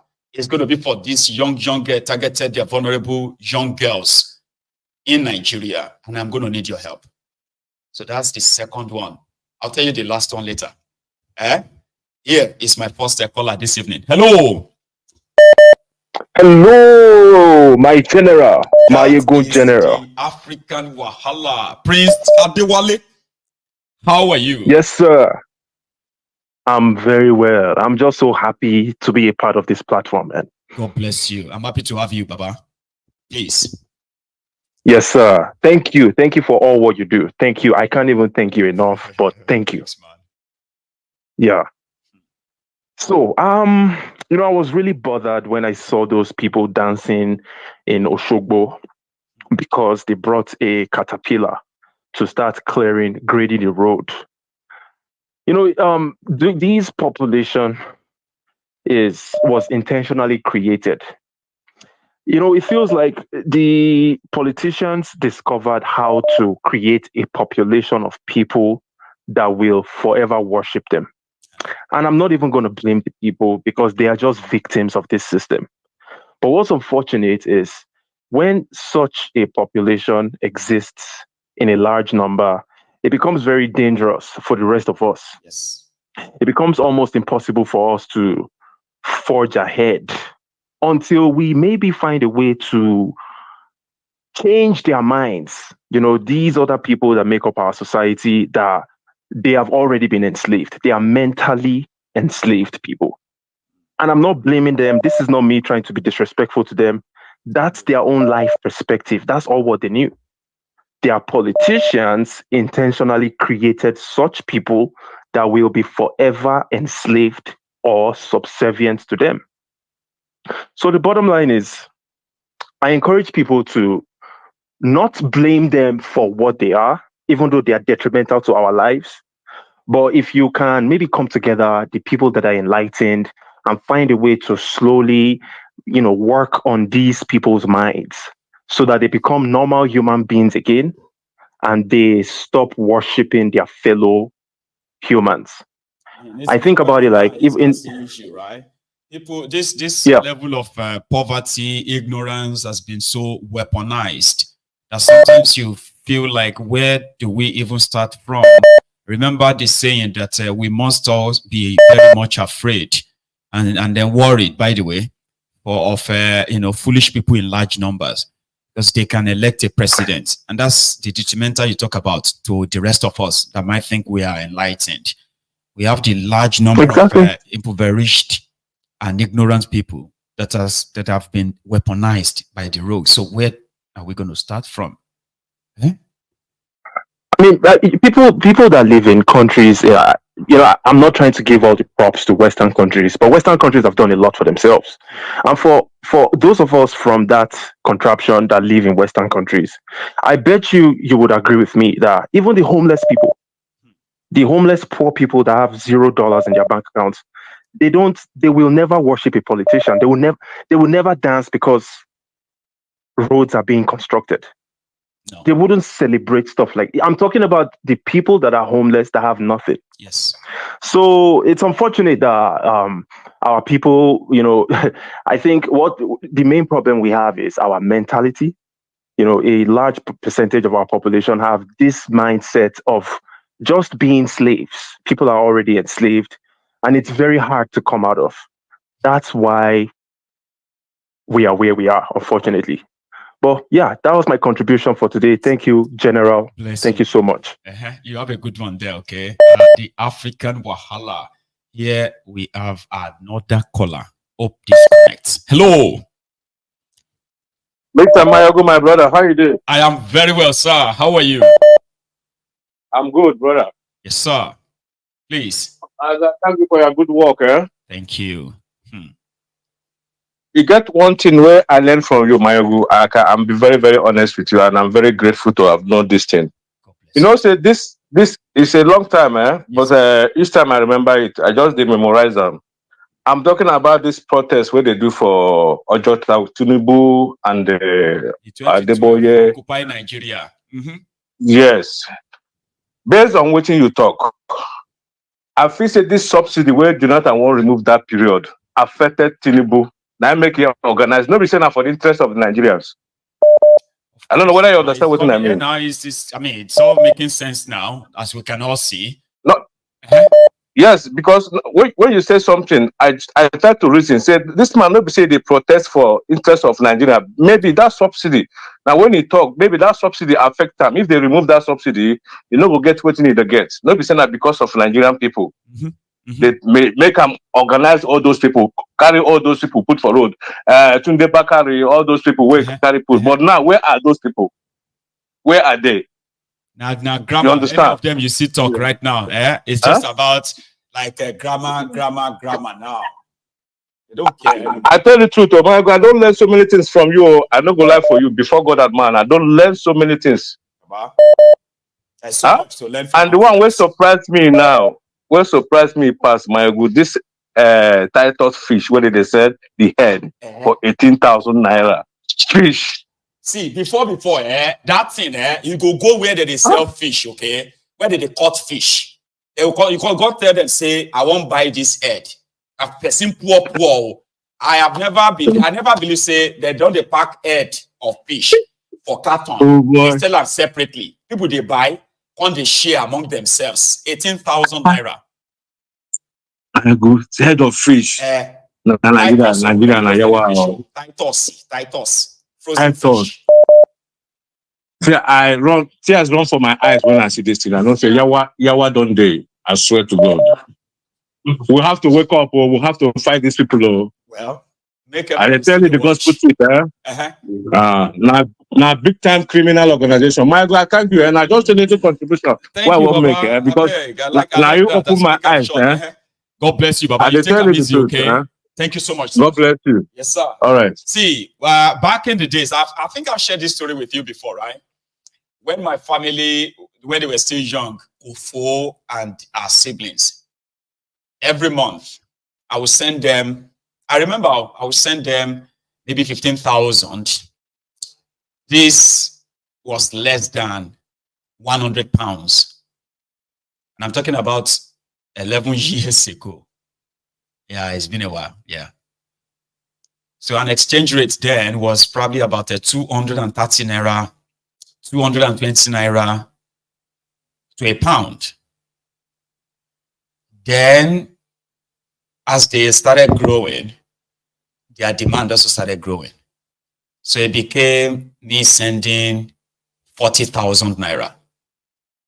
40,000 naira back then was almost 150 pounds or 160 pounds. Then Boko Haram happened and everything started going south. Today, if I tell you how much their monthly allowance is, so those of you who might think their exchange rate now is £1 for 2,000 something, Abi, sending them 400, 500 pounds. Sometimes we just be like, me praying inside me like, I don't want to hear any emergency. So I spend more now than I used to spend back then. And it's always like it is not enough. It looks so big, but it's almost worthless. No thanks to APC. Now, my expenses have grown so much that whenever it is coming to the month end, I'm always like, man, you know what I mean? So in maybe another 2-3 years, I don't know where this is headed. Hello there. Hello, Mr. Maiyegun. Dami, how are you, Baba? Hello. Ekale Jare. Ekale, brother. How are everybody? Everybody is fine. Ebon, if I don't speak my mind tonight, I mean soon. I'm glad that you got through then, Baba. So speak. Honestly, because and speak freely. Let me start from the fact that in 2015, I lost every sense of patriotism for Nigeria. That was when I realized how it was easy for the political class to deceive all Nigerians about Buhari's antecedents. And they showed us a dummy. Among my friends then, I was looking like the only fool because I was telling them, you people can read, see this, see that, bringing out a lot of articles that was written against Buhari when he first ruled. Yes, we were not alive, but we can read. All of them were saying, it's a lie, it's this one, it's that one. I left them. After the entire thing, we all saw what happened. Then 2019 came. Somehow, I felt that, okay, maybe I can pick up some level of patriotism again. In fact, some of my friends also convinced me to contest for House of Assembly, then primaries. I put one or two together. My friends supported me as well. Personally, I spent about 3 million naira to champion the election. Primaries. Guess what? What? My name no the primary election list. This is within the party. It's within party, not even within your party. Yeah, within the party. My name. Oh my God. Like Jam, so that happened. Your name came out and you said, no, my name don't come out. My brother. So that happened and I'm like, oh no, I'm done with this country. And that was why when they were doing the election last year, the only thing I did was support this slightly the way I could. I mean, we're not out of Nigeria yet, so whatever we think could be done better, would support it. I get you. So that was what I did. But let me also add that last year was the time I now started eating being a Yoruba man. And up till now, I think every day I wake now, I see a reason why I get angry at myself as why you go dey the same tribe with these fools. Yes, we know Nigerians are foolish. But how about your tribe being at least a little bit sane? But that is not happening. And what caused that? When I realized that the whole Yoruba nation agitation was all a fraud eventually. Do you know how disappointing that is for so many people? I was disappointed.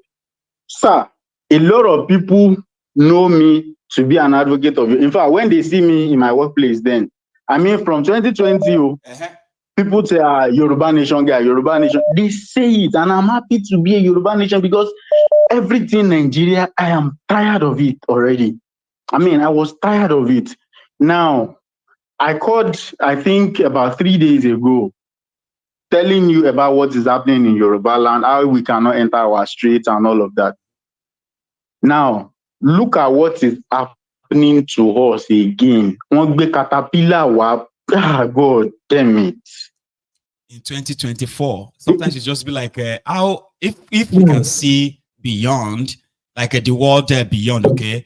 I would like to see Awolowo's reaction watching the Yorubas these days and be like, I want him to for free education for it to your long. Is this the same Yoruba give the, like 2024? And sir, this is happening in a state where Mulo Secondary School in states. I graduated from OAU.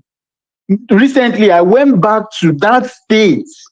The secondary school I graduated from, I could not recognize it because all the classes I attended, all the halls we used, they were now bushes.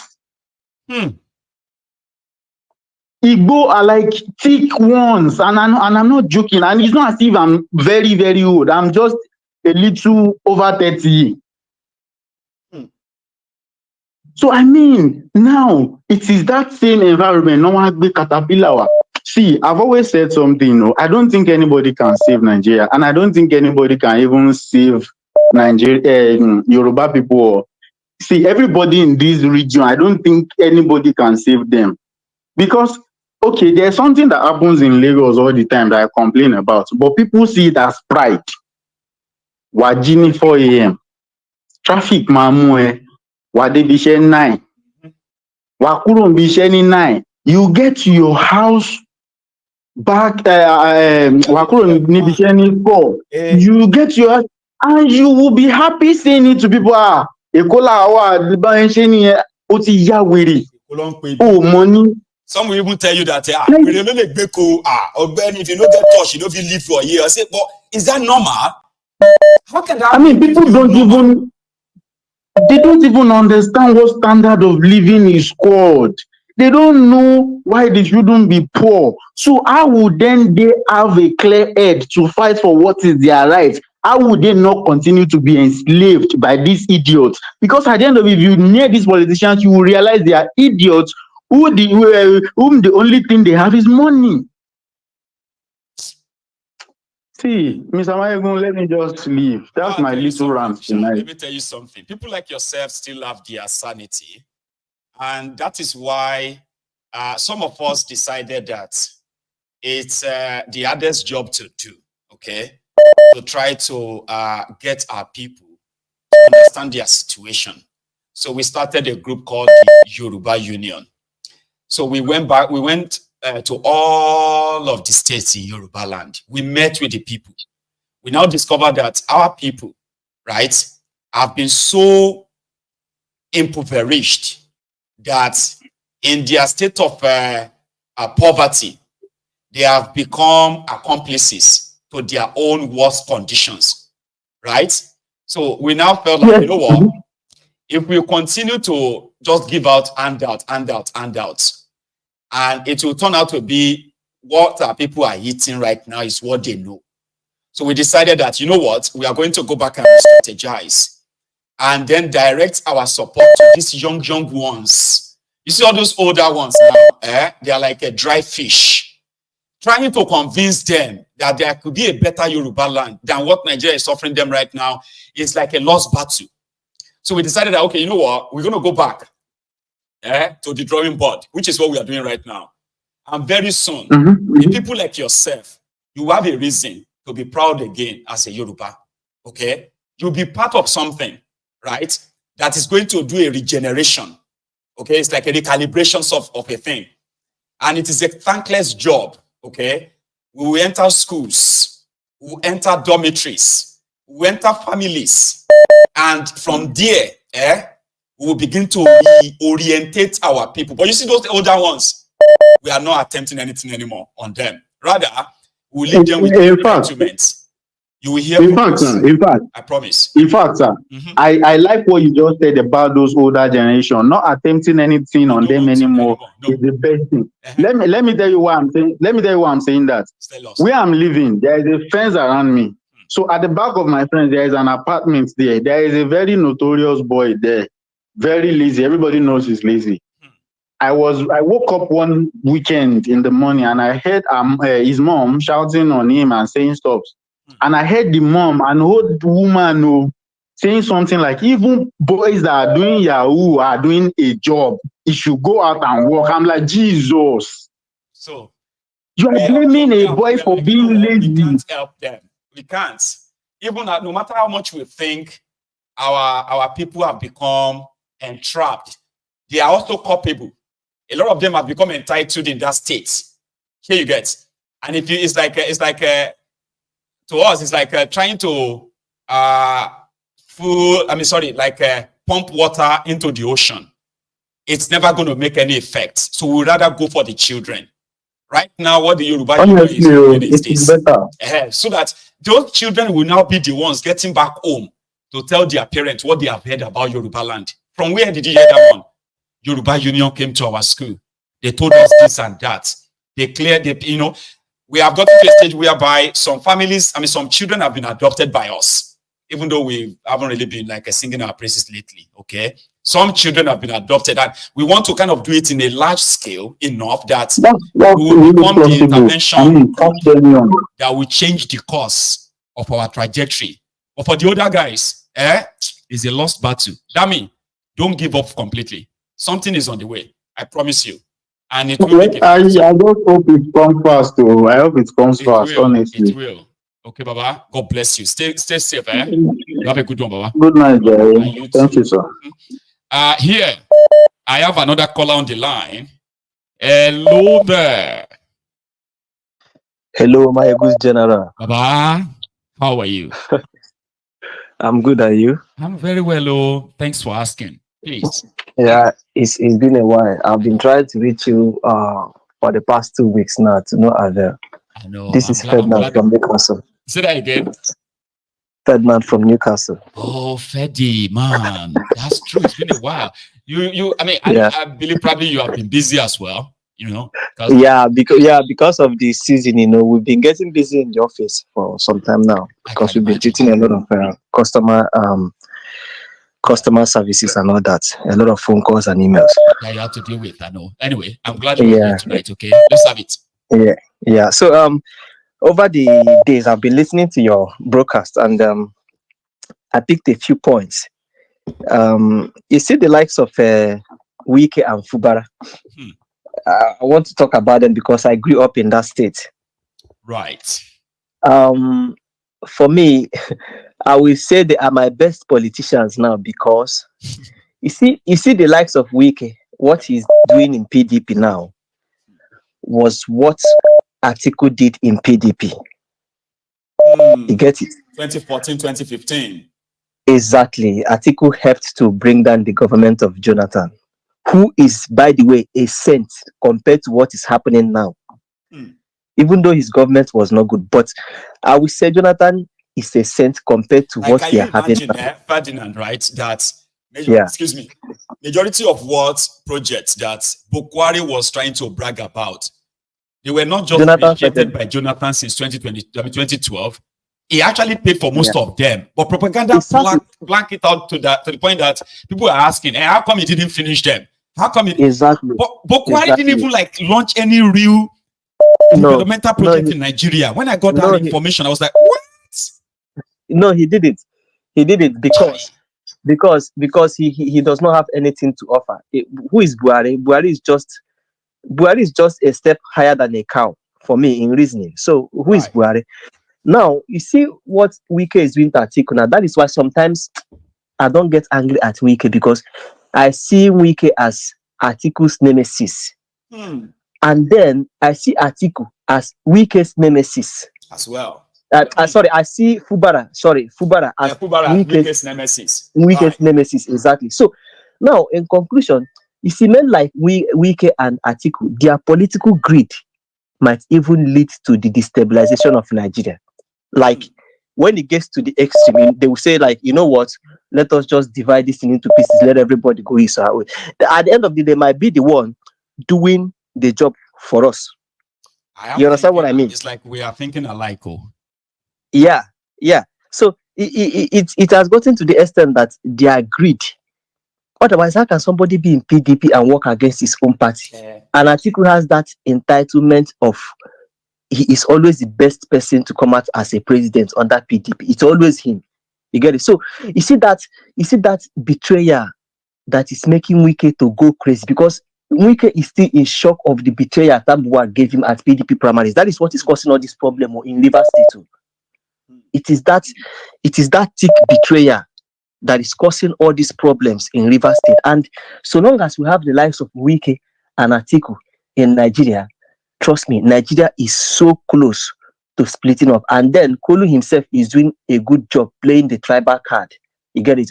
Nigeria has never been divided than ever like this. Never like you this. know, no. Buhari actually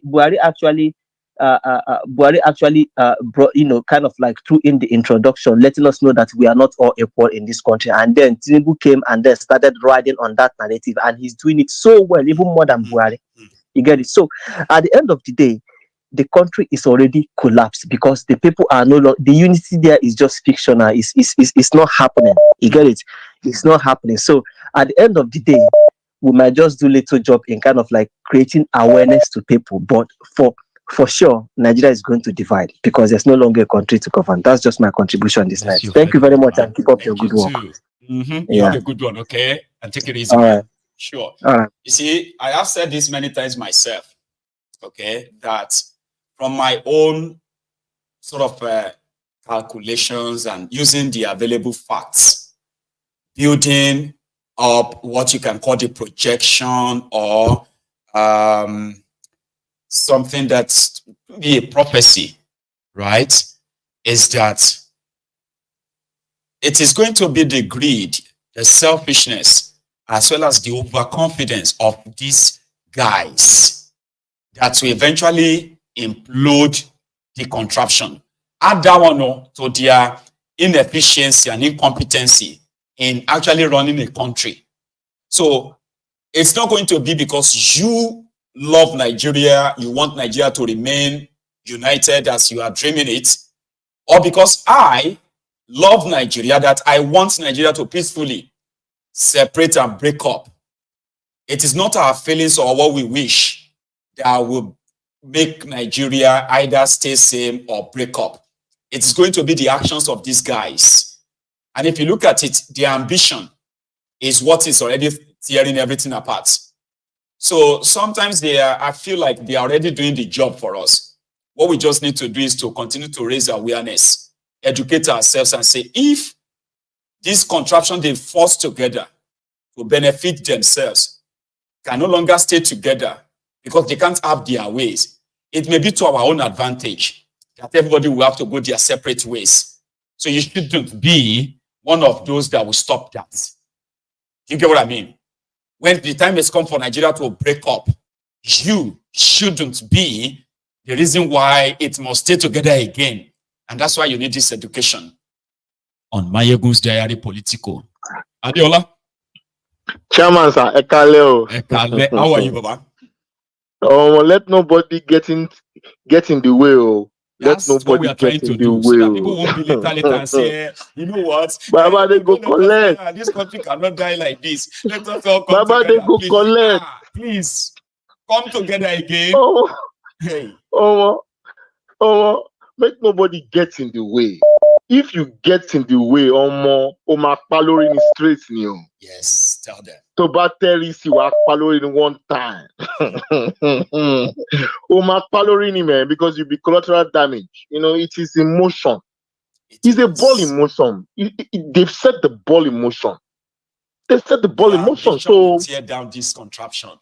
It Oma tear already now. See, Maiyegun, is it possible to piece back that contraption together? It's not possible. It's not looking so. It's not possible. No, it's not even looking so. You can't piece it together because it was an experiment. That means all these guys must first arrest themselves, jail themselves, kill themselves. Then we can begin to have an idea and say, okay, maybe, but they won't do that, which means they all have to be collateral damage at the end of it, Abi? Yes, where do you want to start from? Maiyegun, probably, I'll put it very probably clearly. It is the longest experiment in action. Nigeria, for me, is probably one of the most longest experiments. It's too long. This experiment has taken too many years. People have died. People have lost, bitterly. Lots. So for me, it's the longest serving experiment. So we have to put that experiment to bed. It's not working, and it will never work. It's an experiment in futility. See, Maiyegun, maybe what got my back, made me to probably sit up this evening, was when you played the section of Jamie Dimon, from JP Morgan. I just found that, he was just there. I think he came there on that platform from a different reason entirely. Because I don't believe that. I don't think he believes that system is investable. It's not investable. It's not to them. It's not. It's so nodding their head. It's nobody will put their money in a country that is suffering from inconsistency in policies. Here you get. No, you can't. A country that cannot operate a policy for straight 5 years, 10 years. Nobody will put their money there. Real investment there. And it's an indictment because if you cannot put your money into a system, that means in the first place, it was never really a system. See, all these guys, that you see them in all those massive global platforms, I don't see them as investors. I see them as mere speculators. They know where they can quickly put their money and get something back quickly. This is my point. Looking for a cash cow. See, if you are going long, you go long because if you're going long on any economy, that means you're investing for the long term. It's because you see credible drivers that is driving things, driving prosperity. So imagine if you're investing in Malaysia, you're investing in Singapore, the core drivers. The drivers are there. The drivers are very predictable. You're investing in China, the drivers are there. So in this case, there are no drivers there are no tangible drivers that is going to continually give you an outcome. These guys are coming to gain the system and see what they can mop up. They're not there to put their money That's why they are for a long time. They are subscribing in their bond because they know that within a year they can make 20% interest, 25% gain. They're just take there their to money game elsewhere. the system. They're there to game the system. They're speculators.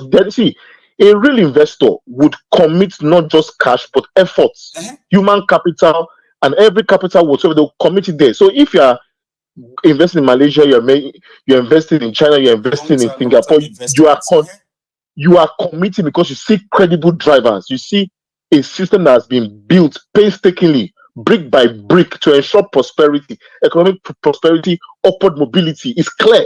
But in this case, there's no pattern that someone can leave university, get job, and move from that ladder to the next ladder. It's not there because the system is just rigged. So, Baba Maiyegun, let nobody get in the way.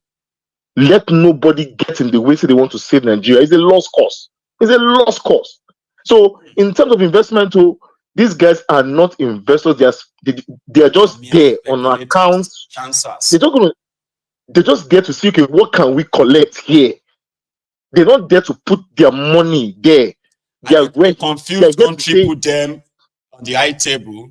They gave them platform to spew all this their opinion on a very big scale because they can use that to pretend that we were having a chat the other day with JP Morgan with the Baba chairman. Baba Maiyegun, shame me I even tell you how I feel about that guy's visit. I just think people like that are there to see it's like an end strategy. They know that the end has come. Okay, what can we get here towards the end of this? Yeah, before the party is over. So see these people. One of my friends sent me a CIA report, and they say that they don't see Nigeria together as a country by 2030. So even CIE, they know that about shared with us. So 2031, Nigeria will probably like balkanize, where some people will be controlling the south, others will be controlling the north, others will be controlling the middle belt, and we are talking about non-state actors. Yes, now. So people like that came for inspection to say, okay, let's see what we can collect as a strategy for the end game. They're not there because they saw population, they saw demographics, they saw a large and strong middle class. No, they're not there to see that because it's not in existence. See, Maiyegun, you can't come to a country whereby the middle class is gone. So to come and invest what, Maiyegun? What are you there to invest for? There's no middle class, but middle class is sacro, what is jackpot. So, see, Maiyegun, the only time you can invest in any nation is when you see a strong middle class, very strong, with good disposable income, whereby they can afford to go for holiday, they can come back, they can buy a brand new car, they can get loan, they can do business. When you see a strong middle class, a strong middle, a very vibrant middle, those are the drivers. Strong middle class with good population, with education and training. That is your choice to invest. China has those demographics. They have a strong middle class that is very strong. You see my point, Maiyegun? So if that is absent, Nigeria is because they've come for end-time strategy. They've come for an end-time strategy. They have come for an end-time strategy. They are not there to say, okay, let's try and revive your middle class. No, they are there to see what the end game is going to be like and what they can collect, what is of value. Not anything, Maiyegun. Even for me, in that finance world, people like that, I just see they just make chances. You see the country at its lowest, on its knees, and you are still there giving talks, whereas your mind is far away from investing in that country, just looking at to see, Baba, God bless you, sir. Baba, the parent. Good night. Thank you so much. Okay, Baba, you have a good one. bye. Yes, sir. Bye, sir. That's Ayola, ladies and gentlemen. I also have here the prince from Sweden, Prince Adebayo from Sweden. How are you, Baba? My king. How are you? You know, I'm good. We have our number 2 man in this country. Shettima is currently in your city, and he just met with your crown prince, by the way, and he's giving a business speech at Swedish Business Forum. That place where he's giving that speech is different from where he cannot give speech in the king's house. That one he went to do just to meet the king. Organized get together as usual. Exactly. The one they are giving, the one where he's giving that speech is a different place. Let me tell you something, Baba, and let me educate Nigerians so that they know. Nigerians, let me tell you one thing. It is finished. If you can use leg, carry your bag, find another place where they are serious. You know, that place is not a serious place. I'll tell you.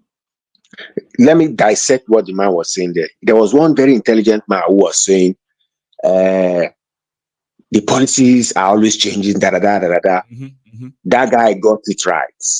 He knows that his ilks, people like him, cannot enter Niger to put one kobo because the place is not safe.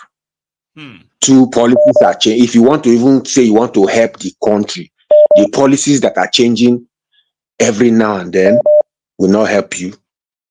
3, go and look at every serious country.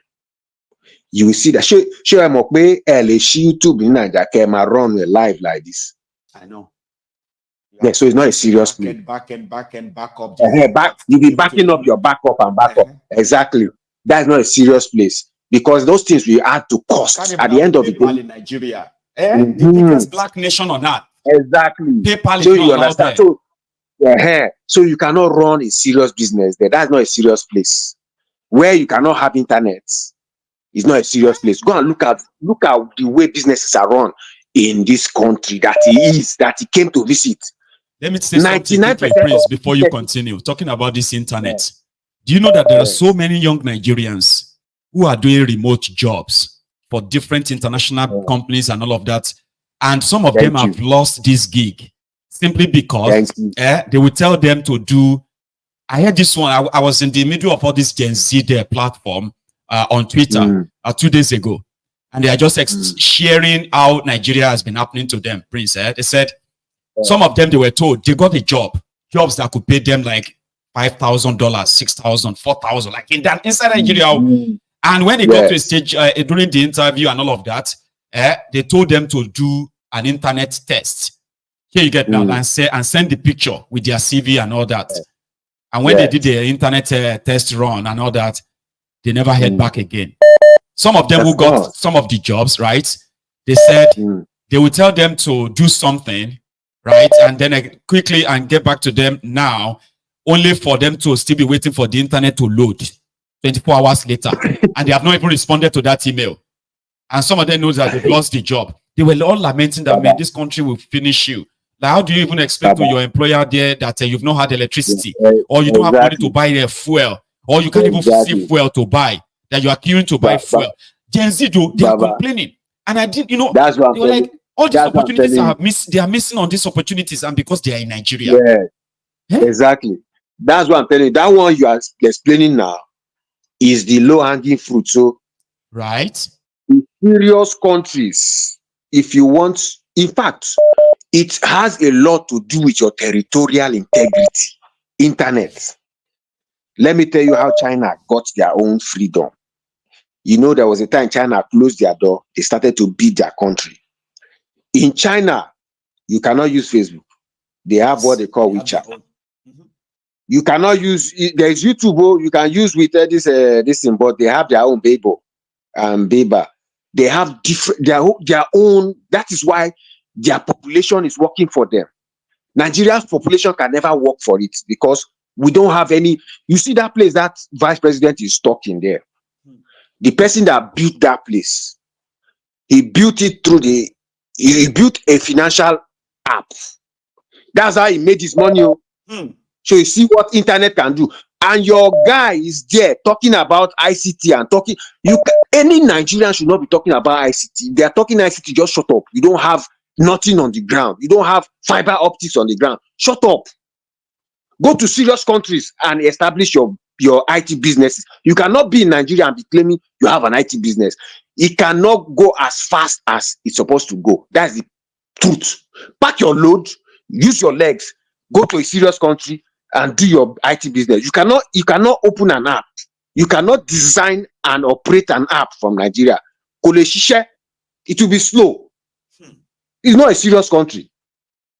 It is, Baba, the long and short of it is finished. And yet also remember, he doesn't know what he's talking.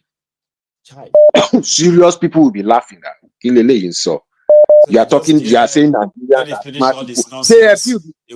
share build any IT. Build a dome for youth who have that place you went to is a dome for startups. IT startups like CRN exactly places where they yes that's where he's speaking and he's talking blah blah blah blah blah blah blah. Any internet also right. Do you even have electricity? Who they talk internet? To electricity also right. Who is talking about AI when you don't have 24 hours electricity? Like, we don't have electricity. It's a joke. You know, everybody in Nigeria should, if you are a serious person, use your legs. Don't wait for a plane. Use your leg. Trek to the next serious country where they have serious Wi-Fi and be doing your thing. That from at least from that place you can say you are doing this thing. Nigeria is finished, and we not, in this current climate of the world, if you have an illiterate president or ministers, you will be as slow as snail. Snail will be faster than your country.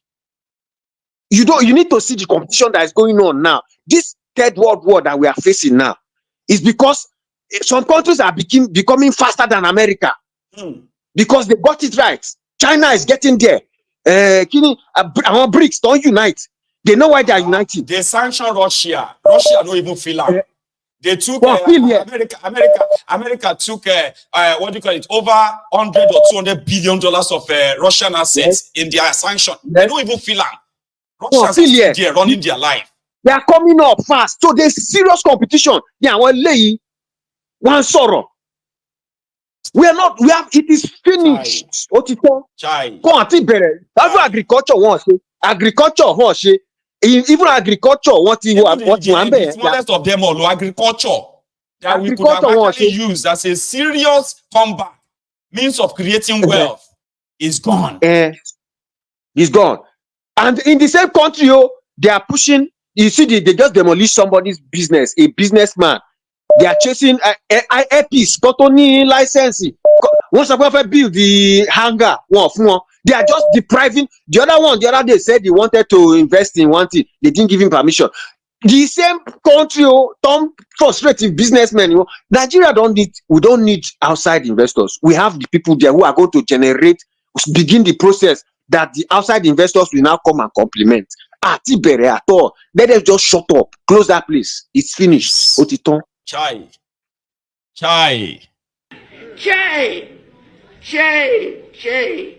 Help us, help us. There is God. There is God. God.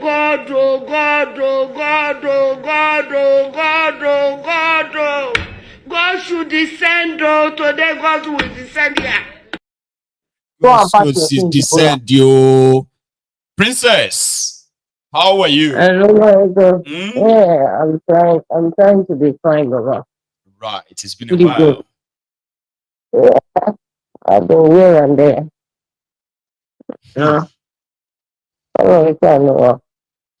We are where we are. Everybody that been called in and contributed made loads and loads of sense. But Nigerian people themselves deserve the kind of leaders they get.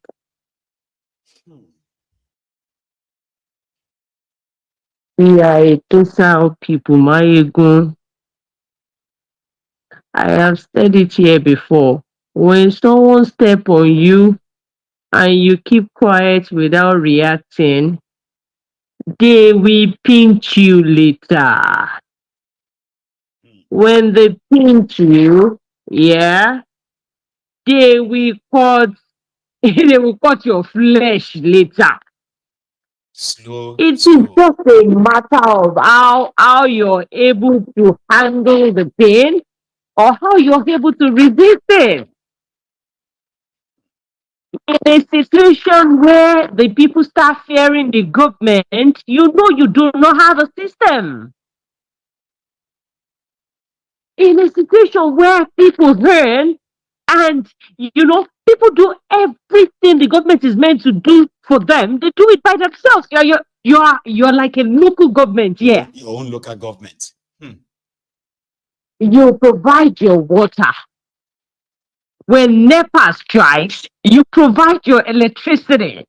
Even when NEPA did not strike, Maiyegun, you are providing electricity yourself. You're being charged, certain rates of things, and after paying, see, I bought power. I bought this recharge for NEPA sometimes ago. I didn't get the credit worth. That's got to be reversed. I have where to go to for things like that. Sometimes people just let it go. Bank will pull money from your account and you keep going for over a year. And you still won't get justice. It is a jungle. When are our people going to revolt? We know when they started using hunger, when they started weaponizing hunger, we know it, we said it here. You will still see some idiots back them up. Idiots are something too. Ready, they are ready to attack you. And then they are always available to ask. You know, those ones that always must me are those ones that always ask stupid questions. Okay, what is the way forward now? What should we do now? And I'm like, are you that dumb? We are here talking about what you have accepted, which has become normalized. How about you can actually stop accepting them, normalizing them, and begin to resist them? And then we can talk about the way forward first. But so many of them don't even want to resist anything. They just need the Messiah, somebody to come, abracadabra, everything is fine. Yes, that is why so many people were able to accept it. It's always part of the establishment. We all know that. But because there was nobody bold enough to come forward, and it did, and people took it up from there. Forgetting it was part of the establishment, it was, everything, embodiment of it. So, it is what it is. The system has been created to self-destroy. I do not know when people are going to understand that. I do not know when people will understand that. None of them can take over this country under 24 hours, and these fools will be out in no time. Somebody did it. I don't know when they are going to use the power of number. Somebody said you don't even need 10%. 1% of the population, if the population is true, 1% of 210 million is 2.1 million people. If 2.1 million, you don't even need them in 36 states. You just need them in about 10, 15 states. It's enough. 2 million people, 2.1 million people scattered all over that place, and they rise up and say, today not today. That's the end of it. The game is over. You see, said that it is the longest experiment I believe in my most second there, because story to have stopped around 2014, but he saw that Nigerians are docile. Information is there. Some people will call it conspiracy theory. The conspiracy, yeah, and this happened. There's an atom of truth there. Conspiracy has an atom of truth in it. That is why it is called conspiracy. Why they pay attention to it. We are just Maiyegun. They should give Nigerians, Guinness Book of Record, what they award stupidity. I think they should give it to all of us.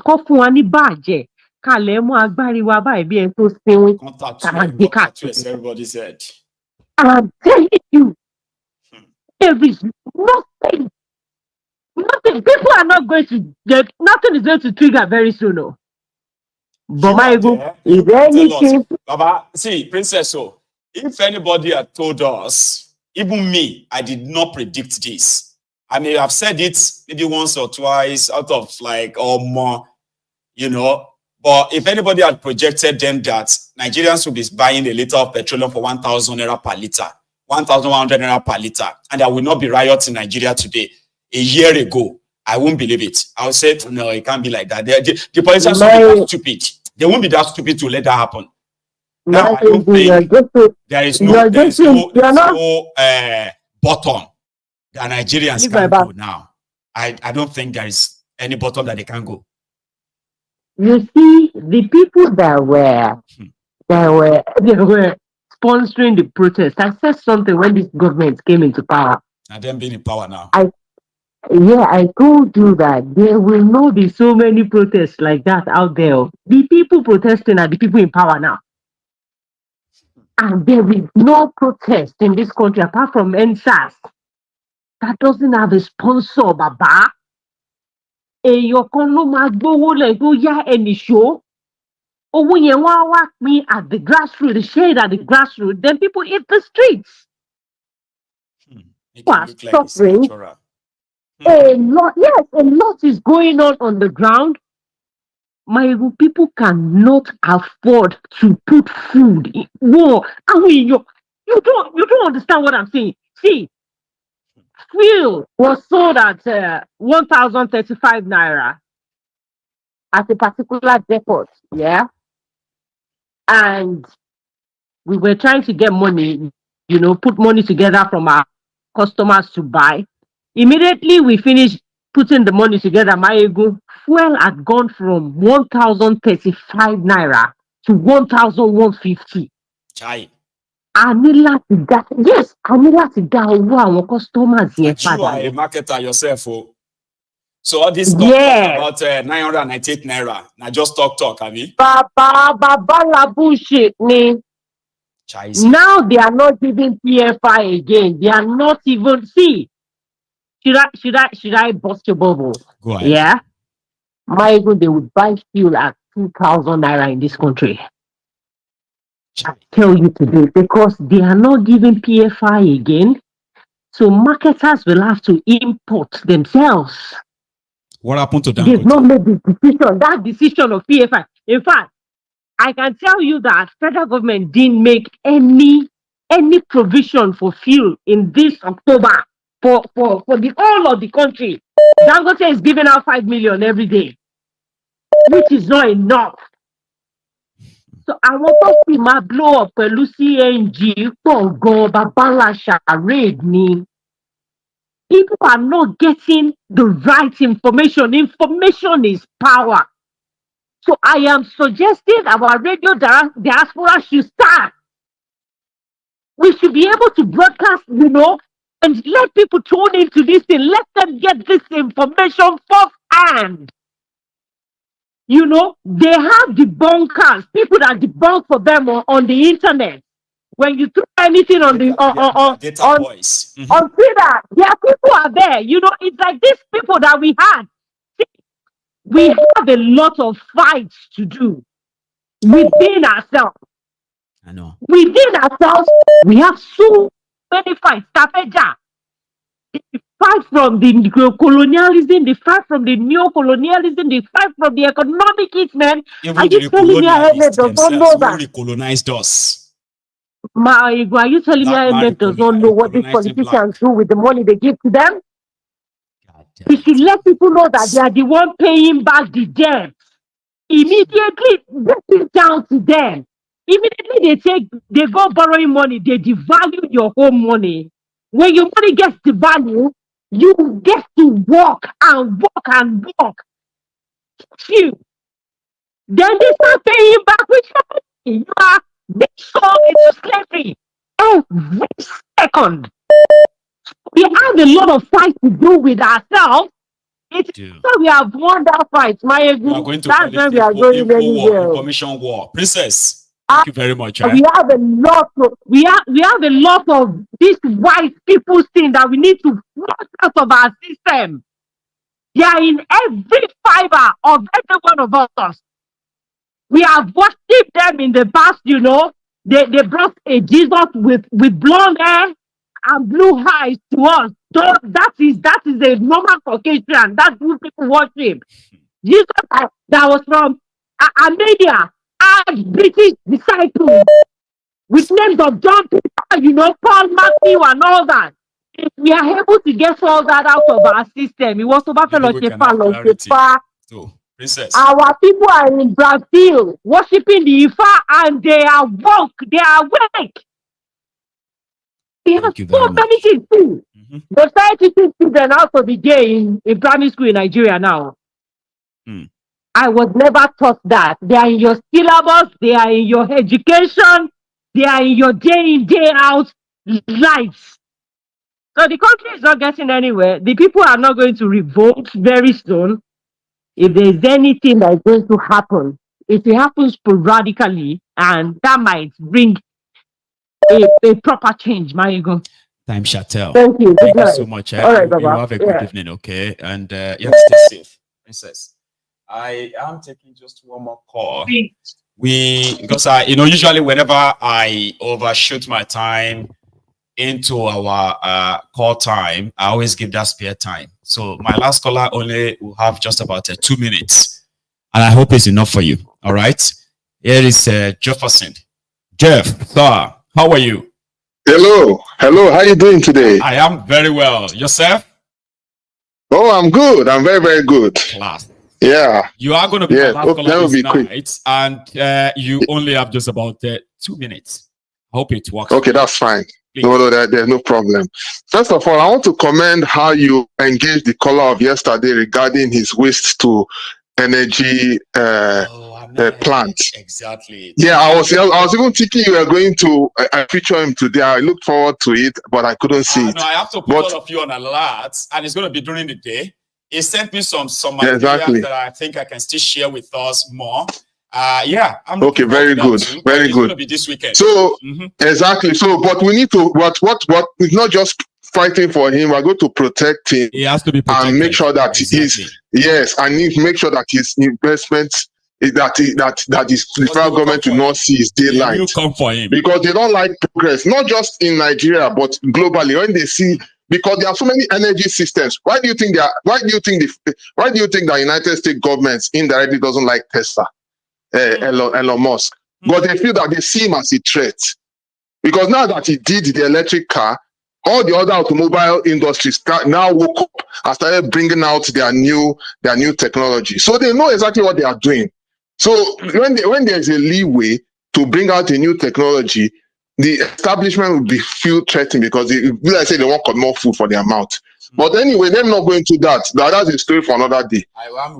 Looking at the whole crash and everything, the explosion, that's another story for another day. If they have done the right thing, the safety supposed to be applied. But anyway, I'm not ready for that one. The one I want to talk about is the investment part. How can our president and vice president be going all over the world and you are begging people to invest? You are speaking English and Shettima is saying that telling the investor that we speak better English than you guys. I'm like, okay, even if you internet, so we can do it. Exactly. Which is not true. So even if you speak a better English, is that what Nigerians want? Do what is right by the people. Before this call came up, right? You were saying something about PayPal and all that, and I will tell you, yes. I remember far back when I was in Nigeria, far back 2014, I was trying to do some design jobs, because I'm into design as well. I was trying to do design and be a freelancer. When they say put in your payment option, I realized that, man, they say you should use PayPal. By the time I checked, I found that, if you are in Nigeria, they cannot allow you. No. Not just PayPal, money brokers and so many other forms. They will not allow you to integrate all these payment options in Nigeria because they just assume that all Nigerians are fraudulent because these our leaders are fraudulent. So they have made it in such a way. They succeeded in criminalizing people in Nigeria. And of course, no investor is going to take us serious because look at what we're even doing. Okay, look at ordinary crypto, Binance. See what we are doing to the Binance, and the federal and the US state government is warning them to release those people, and they are just doing things anyhow. Who does that? It's just crazy. When people just do things anyhow, they don't think of repercussion. And I will tell you one thing: as crazy as the last election was, you see, there's something he said in his campaign, and he said this. He said, look, that one thing that is lacking is that Nigerians have lost hope in the country. Yes. So now the only way they can have hope is for him with his vision of what he didn't become the president, is for him to say, okay, look, let us give you hope. Get people to have hope again. I mean, unfortunately, these people are in power. Who gave up about Nigeria, but when disobedient movement was raving and all that, they wanted to give Nigeria one chance. And what did they get? Total exactly. Right? Exactly. But not even about that. I'm not doing it again. No. But try to understand what I'm trying to say. The leaders are not even giving. The leaders are not even making. They are making matters worse by making the hopes of Nigerians more hopeless, and they don't see that as a problem. Now, it's an issue because if you cannot inspire hope in your leaders, how do you expect other people to believe in you? Do you understand? It's a question for another day. That is a question for another day. So it's unfortunate. I'm not going to say much, but all I can say is that we have a responsibility to protect our mental health and make sure we have a united front. And regarding what you shared on X on Twitter concerning that discussion on Twitter, it's just a fallout of the stupidity amongst us Nigerians. Someone was in the beginning of that video when that guy was saying something about how we can be progressive. Oh, these are other people to at least have a brain to think and try to reason out what was being said. This one we say two. The other one say they became chaotic because the people's brain are thwarted. How can we forge ahead when our mind? Look, we have a lot of work to do. Lord. We have a lot of work to do on our mindset. Thank you. I'll leave it at that for now. But for that investor, let us protect him and let us protect our mental health. I have a united front with a focus. That's all I can say tonight. I appreciate you, man. I too. Okay? As always, you stay safe over there. Okay, thank you so much. Our time is far gone. And it's because we. I'm so sorry we started late, okay? But we have had an interesting evening and an even more interesting, informative night. So thank you so much to all of us, every one of us who has been part of this as usual. I am going to see you tomorrow, but it is going to be tomorrow's evening. Yeah, I'm cooking tomorrow. So therefore, tomorrow all day is going to be a busy day for me. But yeah, so those of you who joined us late, you can watch this broadcast from the beginning again. And to everybody who started and is ending same time with us, thank you. Don't leave without liking the broadcast. I'm going to see you again tomorrow. And until then, you should all have a wonderful night. Good night.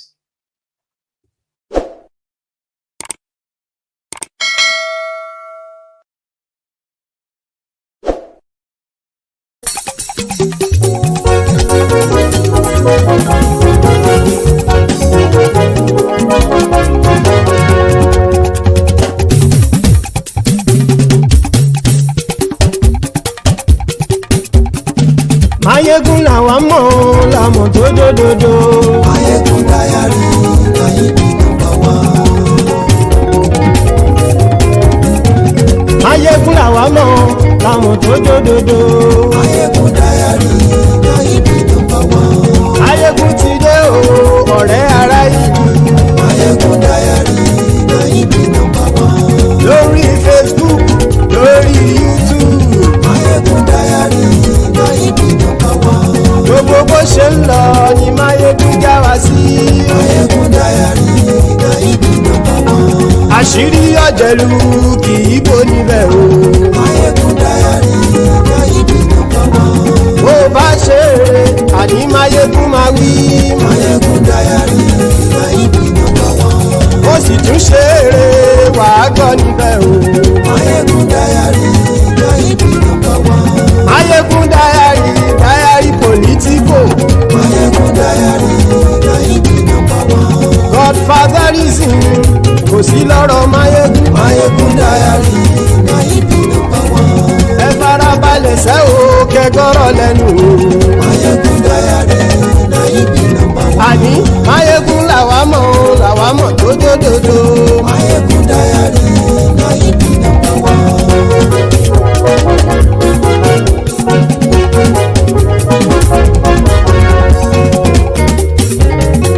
Àní ẹ̀sùn rákì. Maiyegun ti dé. Maiyegun ti dé. Ọ̀jẹ̀lú ẹ̀sùn rákì. Maiyegun ti dé. Àní ẹ̀sùn rákì. Maiyegun ti dé. Lórí Facebook. Maiyegun ti dé. Àní ẹ̀sùn rákì. Maiyegun ti dé. Lórí YouTube. Maiyegun ti dé. Àní ẹ̀sùn rákì. Maiyegun ti dé. Bọ́ bàbá gbé wúrẹ́. Maiyegun máa wí. Àní ẹ̀sùn rákì. Maiyegun ti dé. Ijó ìgbádìyẹ. Maiyegun máa wí. Àní ẹ̀sùn rákì. Maiyegun ti dé. Pẹ̀sìdó bá rúfin o. Maiyegun máa wí. Àní ẹ̀sùn rákì. Maiyegun ti dé. Kí gómìnà kówó jẹ. Maiyegun máa wí. Àní ẹ̀sùn rákì. Maiyegun ti dé. Ọlọ́pàá ti ń darí bá. Maiyegun máa wí. Àní ẹ̀sùn rákì. Maiyegun ti dé. Aṣòfin tí ń rúfin o. Maiyegun máa wí. Àní ẹ̀sùn rákì. Maiyegun ti dé. Òkúra olóṣèlú. Maiyegun máa wí. Àní ẹ̀sùn rákì. Maiyegun ti dé. Ọ̀jẹ̀lú ẹ̀sùn rákì. Maiyegun ti dé. Àní ẹ̀sùn rákì. Maiyegun ti dé.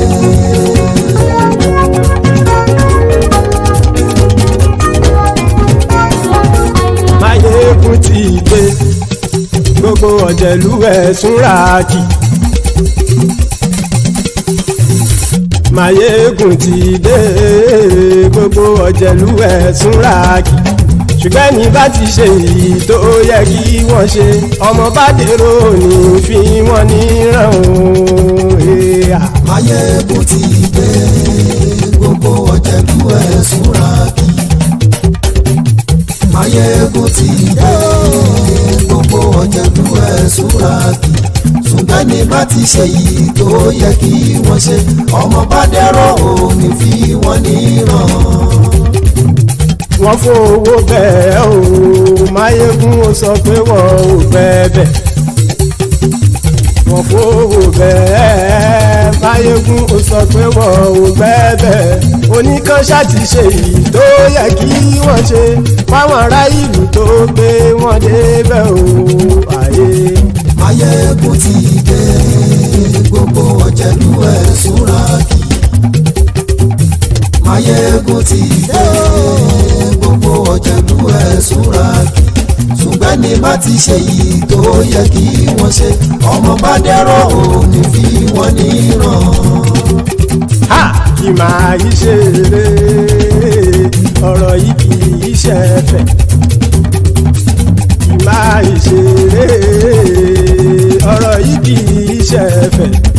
Ẹni bá ti lè lẹ́bọ̀ lẹ́rù o ọmọ bá dèrò kàṣàyè tú wọn síta. Maiyegun ti dé gbogbo ọ̀jẹ̀lú ẹ̀ súnra kì.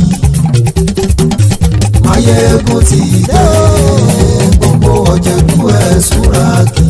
Ṣùgbọ́n ní bá ti ṣe yìí tó yẹ kí wọ́n ṣe ọmọ bá dẹ́rọ̀ ò ní fi wọ́n níran. Tẹnitẹni ọmọ Maiyegun ọ̀rẹ́ ara ìlú mọ̀mọ́ ni mo fọlọ́hún ṣọ́ ẹ̀ bá kìlẹ̀ bẹ̀. Lóòótọ́ olódodo ìlú ọ̀tá ìlú mọ̀mọ́ ni ìwọ ṣá máa ń ṣọ́ra kò sì mọ́ bẹ̀rù. Bọ́tà ń lè rí bóníṣègùn lé káwọn mọ̀mọ́ fi ṣera wọn ni ó ti dẹrùn tí wọn ò gbọ́dọ̀ sì mọ́ bẹ̀. Èèpo ọ̀gọ̀lọ́mọ bá dérò tàjẹ́ ò gbọ́dọ̀ jẹ́ ó ti dọba lórí àbínú ẹni kò sì mọ́ bùyà. Àìsíwọ́lu ní ẹnìkẹ́ ìgbódì ẹyin lábàrá o ó kó ẹni tó bá dán o àkàmù. Maiyegun ti dé gbogbo ọ̀jẹ̀lú ẹ̀ túnra kì. Maiyegun ti dé gbogbo ọ̀jẹ̀lú ẹ̀ túnra kì o. Ẹni bá ti ṣe yìí tó yẹ kí wọ́n ṣe ọmọ bá dèrò òní fi wọ́n níran o. Maiyegun ti dé gbogbo ọ̀jẹ̀lú ẹ̀ súnra kì. Maiyegun ti dé gbogbo ọ̀jẹ̀lú ẹ̀ súnra kì. Ṣùgbọ́n ní bá ti ṣe yìí tó yẹ kí wọ́n ṣe ọmọ bá dẹ́rọ̀ ò ní fi wọ́n níran.